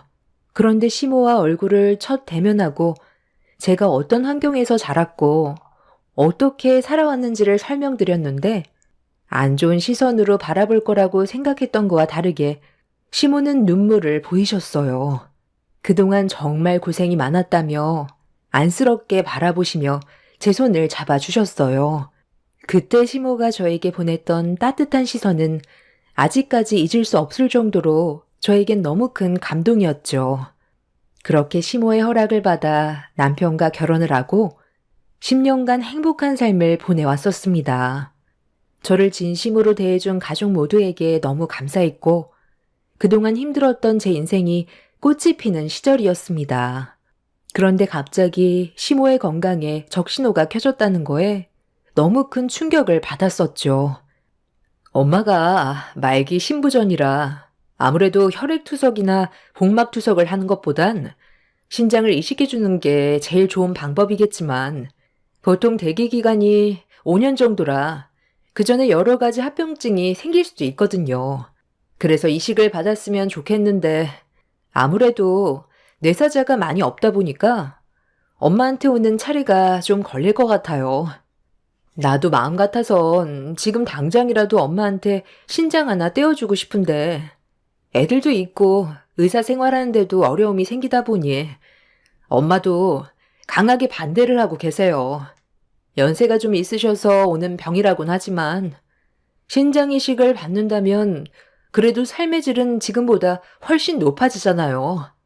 오빠가 신장 이식을 해주겠다곤 했는데 언니도 알다시피 오빠 건강이 좋지 않은 거 잘 알죠? 건강 검진했을 때 신장에 결석이 있어서 부족합 판정 받았잖아요. 그러니 어쩌겠어요. 지금은 뇌사자를 기다릴 수밖에 없어요. 언니가 엄마를 걱정하고 생각하는 만큼 우리도 많은 걱정을 하고 있어요. 이식 받기 전까지 건강관리를 잘 하시면 분명 좋은 소식을 들을 수 있을 거예요. 그러니 너무 걱정하지 마요. 내가 관리 잘해드리니까 이식 받기 전까지 버틸 수 있을 거예요. 의사인 신우가 시모의 건강을 체크해주고 있긴 하지만 신장 이식을 하지 않고 투석 생활을 한다면 여러 가지로 합병증이 올 수 있다는 말에 저는 걱정이 많았어요. 합병증이 오고 나서 이식을 받는다면 의미가 없는 거라 고민을 할 수밖에 없었습니다. 남편과 결혼을 하고 시댁에 왔을 때부터 지금까지 시모가 저에게 단 한 번도 큰 소리 낸 적 없었고 시집살이 한 번 시킨 적도 없었어요. 저에게 뭘 해달라는 말 한마디 하신 적이 없을 만큼 항상 저를 아껴주셨습니다. 제가 남편을 만나지 않았다면 사랑을 받는 삶을 살아가지 못했겠죠. 전처럼 무의미한 인생 속에 먹고 살기 위해 일이나 하면서 주말마다 봉사활동 다니며 저보다 어려운 환경에서도 이겨내며 사는 사람들을 보며 힘을 얻고 살아갔을 겁니다. 신우는 시모의 담당 의사였기 때문에 신장 공여자가 나타난다면 바로 이식 수술을 해줄 준비가 되어 있었어요. 집에서 몸 관리하며 요양하고 계신 시모가 하루빨리 신장 이식받길 바라는 마음에 저는 시댁을 찾아가게 되었습니다. 많이 바쁜 시간인데 여긴 왜 왔어? 가서 경수 장사 하는 거 도와줘야지. 말은 하고 온 거야? 몸 관리만 잘하면 신장 이식 받을 때까진 버틸 수 있다니까. 그런 슬픈 눈빛으로 안 봐도 된다. 원래 나이 먹으면 여기저기 아픈 거야. 앞으로 살아봤자 내가 얼마나 살겠니? 걱정하지 말고 내 아들과 행복하게만 살아줘라. 어머님, 무슨 말을 그렇게 하세요? 제 곁에 오래 계셔야죠. 어머님 떠나면 제가 얼마나 슬퍼할 건지 아시면서 그런 말이 나와요? 그이가 오늘 일찍 문 닫고 여기로 오기로 했어요. 요즘 그이가 어머님 걱정에 잠 한숨 제대로 못 자고 있거든요. 그동안 몸 관리 잘못해서 어머님한테 신장 하나 떼어주지 못한다고 얼마나 괴로워하고 있는데요. 내가 아들 신장 받아가면서까지 살고 싶겠니? 어차피 경수 아빠도 아무로 일찍 떠나보낸 마당에 무슨 미련이 있다고 아들 신장까지 받아. 그렇게까지 하면서 살고 싶진 않다. 내가 원하는 건 눈 감기 전에 네가 나한테 손주 한번 안겨주는 거야. 임신이라는 게 너한테는 많이 어려운 문제라 나도 말을 하기 좀 그렇긴 한데 병원에서는 뭐라고 그러니? 임신하는 게 많이 어려울 것 같대? 검사 결과 나오지 않았어? 아무래도 쉽지 않을 것 같아요. 임신할 수 있는 방법은 다 동원해봤지만 불임인 상태에서 할 수 있는 건 다 해봐서 아이를 가지기에는 어려울 것 같대요. 에휴, 그렇겠지. 안 되는 걸 억지로 할 수야 없겠지. 아쉽지만 어쩌겠니? 너도 그동안 최선을 다했었잖아. 노력했는데도 안 되는 건 어쩔 수 없는 거니 받아들여야지. 저는 항상 시모에게 죄송스러운 마음이었어요. 부모 없이 자란 고아로 시댁에 들어왔는데 10년간 시모에게 손주 한번 안겨드리지 못하는 제 자신이 너무 원망스러웠고 잘난 것 하나 없는 저를 항상 아껴주시고 싫은 내색 한번 한 적 없는 시모가 제 옆에 오래 머물러 주길 간절히 바라는 마음에 그날 저는 시모에게 신장 이식에 대해 진지한 대화를 이어나갔습니다. 어차피 저는 부모도 없고 아이도 가질 수 없는 몸인데 제가 소중하게 생각한 사람이 힘들어하는 모습을 보고 싶지 않았어요. 그래서 제가 이식해 드리는 건 어떨지 의견을 드렸는데 제 말을 듣자마자 시모는 저에게 얼굴을 붉히면서 무섭게 화를 내셨어요. 아, 쓸데없는 생각 하지 말거라. 이식이 애들 장난도 아니고 얼마나 위험한 일인데 네가 나한테 신장을 준다고 하면 내가 고마워할 줄 알았니? 아가씨가 그러는데 어머님이 언제까지 버티실지 모르겠지만 신장 이식을 받는 것보다 투석받는 게 체력적으로 더 힘들다고 했어요. 시간이 지날수록 몸 상태가 점점 안 좋아질 거라는데 언제까지 버틸 수 있을 것 같은데요. 저 건강해요. 검사도 받아봤는데 신장에 결석도 없고 깨끗하다고 이식해주는 조건에 적합하다고 했어요. 합병증으로 점점 몸이 안 좋아지는 것보단 신장 이식으로 빨리 건강을 되찾는 게 좋지 않을까요? 저도 그냥 가볍게 말씀드리는 거 아니에요. 네가 무슨 말을 해도 이식은 절대로 받을 수 없으니까 쓸데없는 생각할 거면 가서 내 아들 일이나 도와줘라. 그리고 앞으로 이런 말 또 하면 그땐 다시는 얼굴 못 볼 줄 알아. 네가 몸이 안 좋아지면 내 아들이 고생한다는 거 모르니? 앞으로 살아봤자 얼마나 살 수 있다고. 멀쩡한 신장을 떼어서 내 몸에 붙여. 뇌사자에게 신장을 받는 것보다 수술 결과도 훨씬 좋다고 그랬어요. 제가 정말 해드리고 싶어서 그러는 거니까 안 된다고만 하지 마시고 신중하게 생각해 보세요. 저도 정말 고민 많이 하고 내린 결정이었어요. 시모가 10년간 저를 어떻게 대해주셨는지 알기 때문에 마음에서 우러나와 시모에게 신장을 이식해주고 싶었습니다. 시모의 건강이 안 좋다는 말을 들었을 때부터 저는 이미 마음의 결정을 내린 상태였었죠.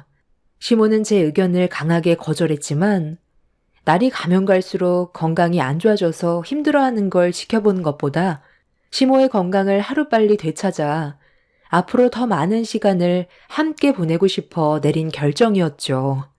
제가 의지를 꺾지 않고 시모에게 이식을 해주겠다고 강하게 밀어붙이자 많이 당황하셨는지 더 이상 말을 이어나가지 못하셨어요.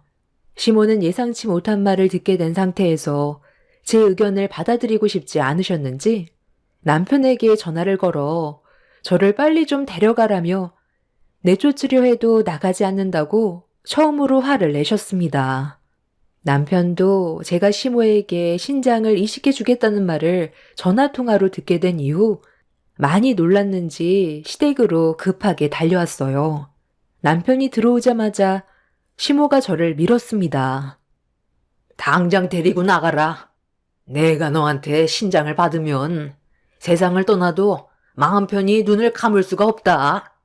너를 내 며느리로 받아준 건 고아라서 안타깝고 불쌍한 마음에 받아준 게 아니다.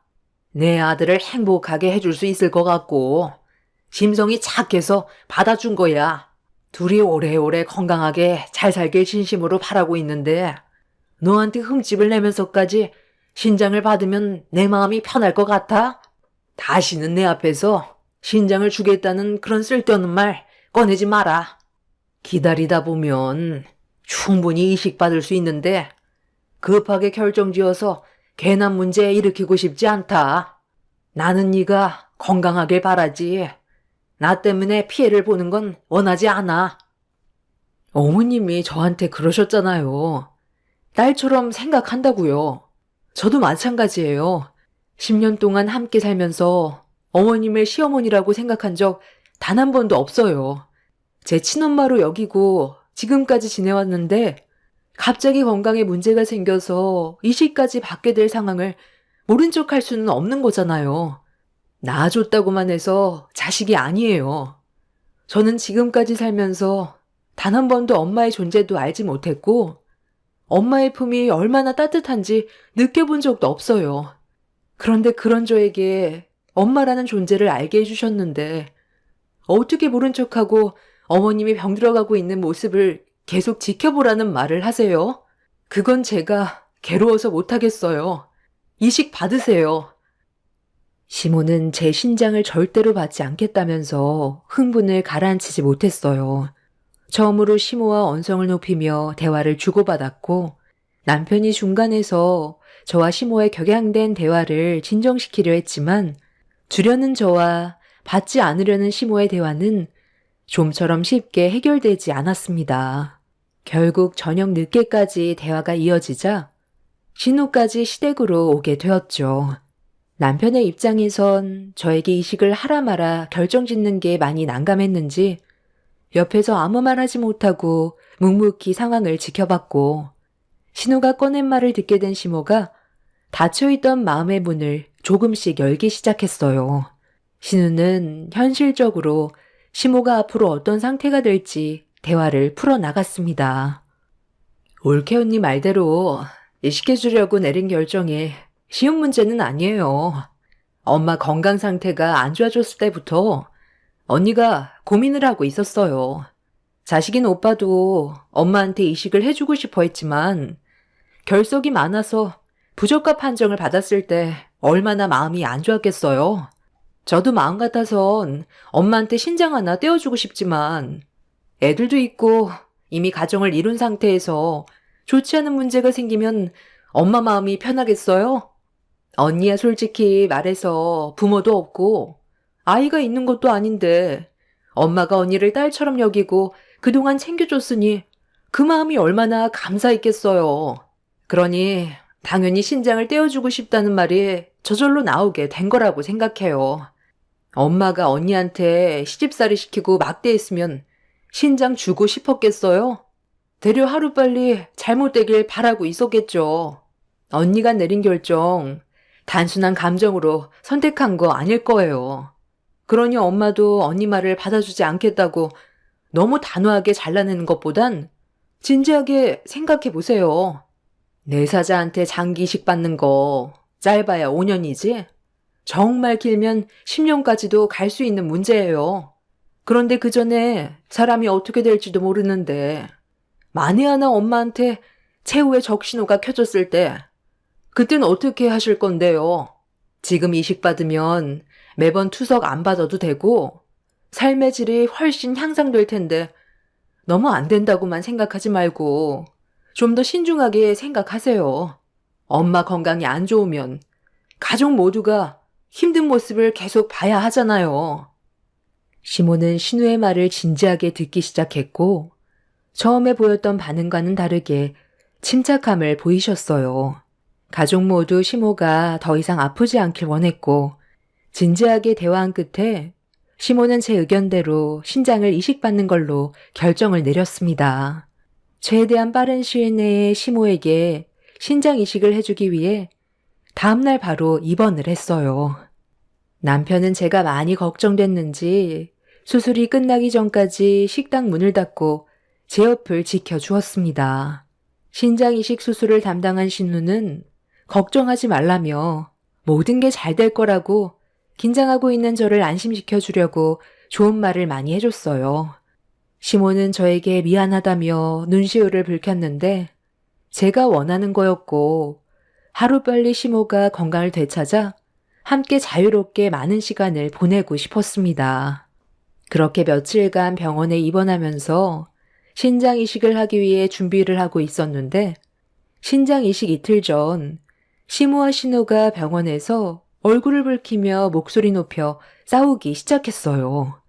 예상치 못한 상황이라 당황한 저는 무슨 상황인지 몰라 두 모녀에게 급하게 달려가 왜 서로 싸우는 거냐고 물어봤는데 제가 가까이 다가가자마자 시모와 신우의 대화가 끊어졌고 시모는 별일 아니라면서 저를 병실로 들여보냈습니다.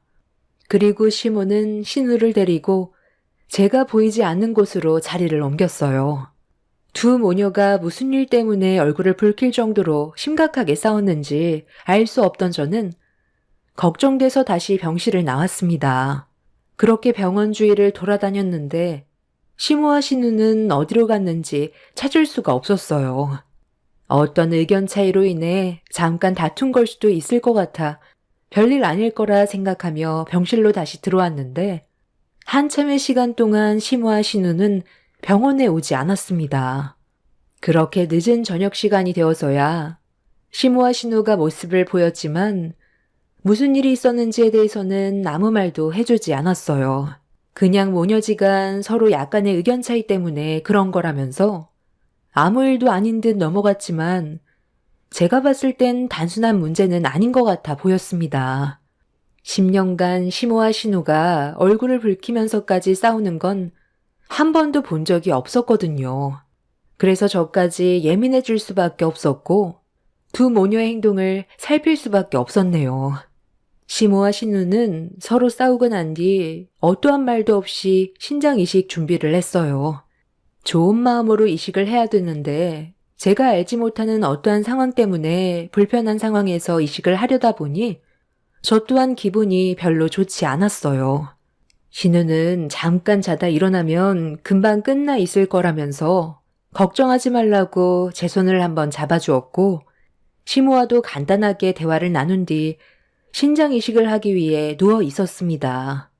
그렇게 수술실로 들어가기 위한 준비가 모두 끝이 났고 떨리는 마음 진정시키며 남편의 손을 잡고 있는데 마치 담당 간호사가 제가 누워있는 수술대를 잡고 수술실로 들어가려는 찰나 문 앞에서 갑자기 걸음을 멈췄어요. 그리고 저에게 슬며시 다가와서는 귓속말로 수여자가 누군지 알고 있냐는 이상한 말을 늘어놓기 시작했어요.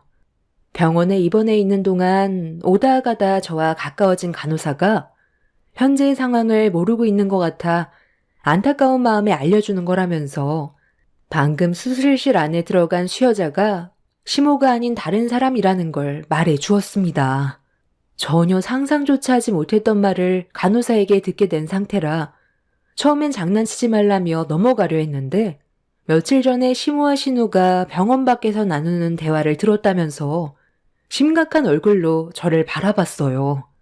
동시 이식을 진행하면 바로 옆에서 수술을 진행해야 되는데 왜 옆방 수술실에서 각각 떨어져서 수술을 진행하는지 이상하지 않냐고 말하길래 시모가 제 옆에서 수술 받는 게 더 긴장되고 무서워서 따로 수술방을 잡은 걸로 알고 있다며 신우가 어떤 상황인지 전부 설명을 해줬다는 말을 하자 간호사는 제 손을 잡고 반대편 수술방으로 데리고 갔어요.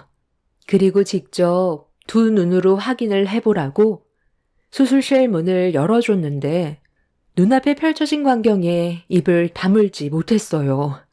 좀 전까지 수술대 위에 누워서 이동되었던 시모가 자리에서 일어나 있었고 신우와 심각한 얼굴을 보이고 있었습니다. 그리고 제 눈은 수술대 위로 향했는데 시모가 누워있을 거라고 당연하게 생각했던 거와 다르게 처음 본 남자가 수술대 위에 올라가 있었어요. 그리고 시모에게 언제 시작되냐고 화를 내고 있었습니다. 저는 그 잠깐 사이에 기절초풍할 진실과 마주하게 되었고 제가 모든 사실을 알게 되자 온 병동이 초토화가 되어버린과 동시에 시모가 저에게 무릎을 꿇었어요. 어떻게 저한테까지 거짓말을 하고 저 남자에게 신장을 주려고 했어요? 결국 저를 딸처럼 생각했다는 말들은 저 남자에게 신장을 주기 위해 계획한 거였어요? 아니, 그런 거 아니다. 내가 전부 다 설명할 테니까 일단 진정 좀 하고 내 말부터 좀 들어봐라. 나는 너를 정말 내 딸처럼 생각했었어. 그런데 나도 어쩔 수 없었단다. 그러니까 내가 뭐라고 그랬어. 언니가 알게 되면 문제가 심각해질 거라고 했잖아. 이제 어떻게 할 거야? 엄마가 이 일을 계획했으니까 전부 책임져. 지금 저를 노려보고 있는 저 남자 도대체 누군데 어머님이 쩔쩔매는 건데요. 무슨 잘못을 했길래 제 신장을 저 남자에게 주려는 거냐고요. 그게 내 피가 섞인 친아들이다. 아주 오래전에 내 젖 한번 물리지도 못하고 고아원에 버려버린 내 친아들이야. 그때 내가 너무 어렸고 그 집안에서 나와 내 아이를 받아주지 않아 어쩔 수 없이 고아원에 보낼 수밖에 없었어. 처음에는 금방 자리 잡고 데려오려고 했는데 살다 보니 그게 마음처럼 쉽지가 않더라. 그러던 도중 경수 아빠를 만나 다시 결혼 생활을 하게 되었고 바쁘게 살다 보니 어느 순간 내가 고아원에 버린 아이를 까맣게 잊고 지냈지 뭐야. 어느 정도 여유가 생기고 그 고아원을 찾아갔는데 이미 내 아들은 다른 사람에게 입양이 된 상태였어. 내 아들을 버린 내가 다시 찾는다고 뭘 해줄 수 있겠어. 그래서 입양된 곳에서 잘 살길 바라며 나는 현재의 가정에 충실했고 그렇게 지내왔었는데 네가 내 아들과 결혼하겠다고 인사를 온 거야.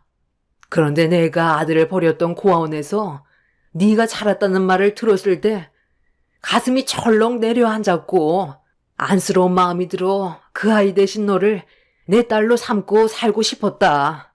그렇게 내 아이한테 못해줬던 걸 너한테 해주면서 살았던 거야. 그런데 내가 너한테 신장을 받기 전에 갑자기 고아원에 버렸던 친아들이 내 앞에 나타났어. 제가 자라왔던 고아원에서 시모가 버린 친아들이 있었다는 거에 엄청난 충격을 받았었는데 저를 왜 친딸로 생각하면서 지금까지 잘해줬는지 이해가 되기 시작했어요. 그리고 갑자기 시모 앞에 나타난 친아들이라는 사람이 신장이 좋지 않았는데 전에 입양되었던 가족에게 시달리고 힘든 삶을 보내다가 그 가정에서 뛰쳐나와 혼자 힘든 삶을 살아가고 있을 때 어느 날 시모가 고아원에 찾아가 친아들 소식에 대해 물어봤었고 이 소식을 듣게 되자 자기를 버린 친모가 갑자기 나타났다는 말에 화가 난 친아들은 불현듯 시모의 앞에 나타난 거였습니다.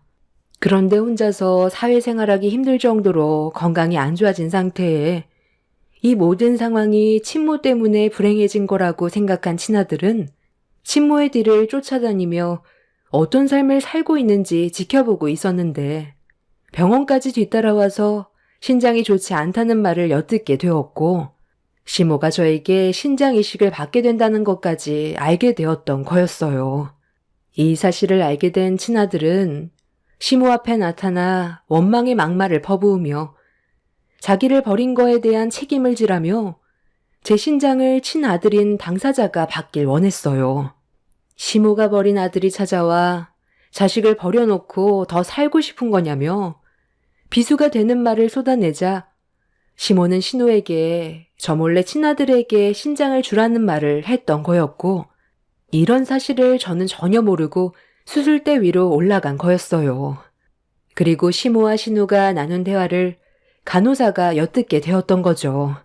시모는 일단 이식만 해주면 평생 저와 친아들에게 용서를 구하며 살아갈 생각이었다며 변명을 늘어놓았지만 이미 너무 큰 상처를 받게 된 저는 더 이상 병원에 있고 싶지 않았고 저를 붙잡으며 눈물로 용서를 구한 시모를 뿌리치고 집으로 돌아왔어요. 이 사실을 남편도 전혀 모르고 있었는지 저와 똑같이 엄청난 충격을 받은 상태였습니다. 남편은 시모에게 친아들이 있었다는 걸 처음 알게 됐는지 경악을 했고 제 신장을 그 사람에게 주려고 했다는 계획에 입을 다물지 못했어요. 간호사가 저에게 이런 사실을 말해주지 않았다면 저는 이미 시모의 계획에 신장을 그 남자에게 떼어줬을 거고 돌이킬 수 없는 결과로까지 이어지는 불행을 겪게 되었겠죠. 이런 말도 안 되는 일을 저지르려 했던 시모와 신우를 절대로 용서해주고 싶지 않아요. 저를 친딸이라고 생각하며 잘해줬던 건 시모가 같은 고아원에 버렸던 친아들에 대한 죄책감 때문에 저한테 잘해준 거였고 팔은 안으로 굽는다고 결국 저보다 비록 버렸지만 피가 섞인 친아들을 위해 제 신장을 자기 친아들에게 주려는 계획까지 세웠다는 거에 온몸에 소름이 돋았습니다. 남편은 이런 상황을 어떻게 해야 할지 고민을 하고 있어요. 저 또한 너무 큰 배신감에 매일 저희 집에 찾아와 용서를 구하는 시모와 신우의 얼굴을 아직까지 안 보고 있습니다. 제가 앞으로 어떻게 하면 좋을까요? 두 사람을 상대로 법적 소송을 진행해야 되나요? 신우는 의료법 위반으로 제 동의 없이 시모가 아닌 다른 사람에게 신장을 주려 했던 계획에 대해 의료소송을 진행한다면 의사의 자격에까지 문제가 생길 수 있다는 걸 변호사와의 상담을 통해 듣게 되었습니다. 시모도 이런 문제에 대해서 법적 처벌을 받을 수 있을지 현재 검토 중에 있는데 10년간 저에게 잘해줬던 두 모녀에게 법적 소송을 걸어야 한다는 게 너무 마음이 아파져요. 남편도 제가 어떤 결정을 하던 존중하겠다면서 제 선택을 기다리고 있습니다. 그리고 갑자기 나타난 시모의 친아들은 시모에게 자기를 버리고 현재까지 불행하게 살게 한 거에 대해 금전적인 요구를 하고 있어요. 시모가 저지른 과거니 그건 알아서 처리하겠지만 제가 받은 상처는 어떻게 보상받아야 할지 모르겠습니다. 상상조차 하지 못했던 충격적인 일을 겪게 된 상황이라 요즘 너무 우울하고 믿었던 사람에 대한 배신감에 앞으로는 누구도 쉽게 믿지 못할 것 같아요. 날씨가 많이 쌀쌀해졌네요. 아침 저녁 일교차가 심하니 감기 조심하시길 바랍니다. 감사합니다.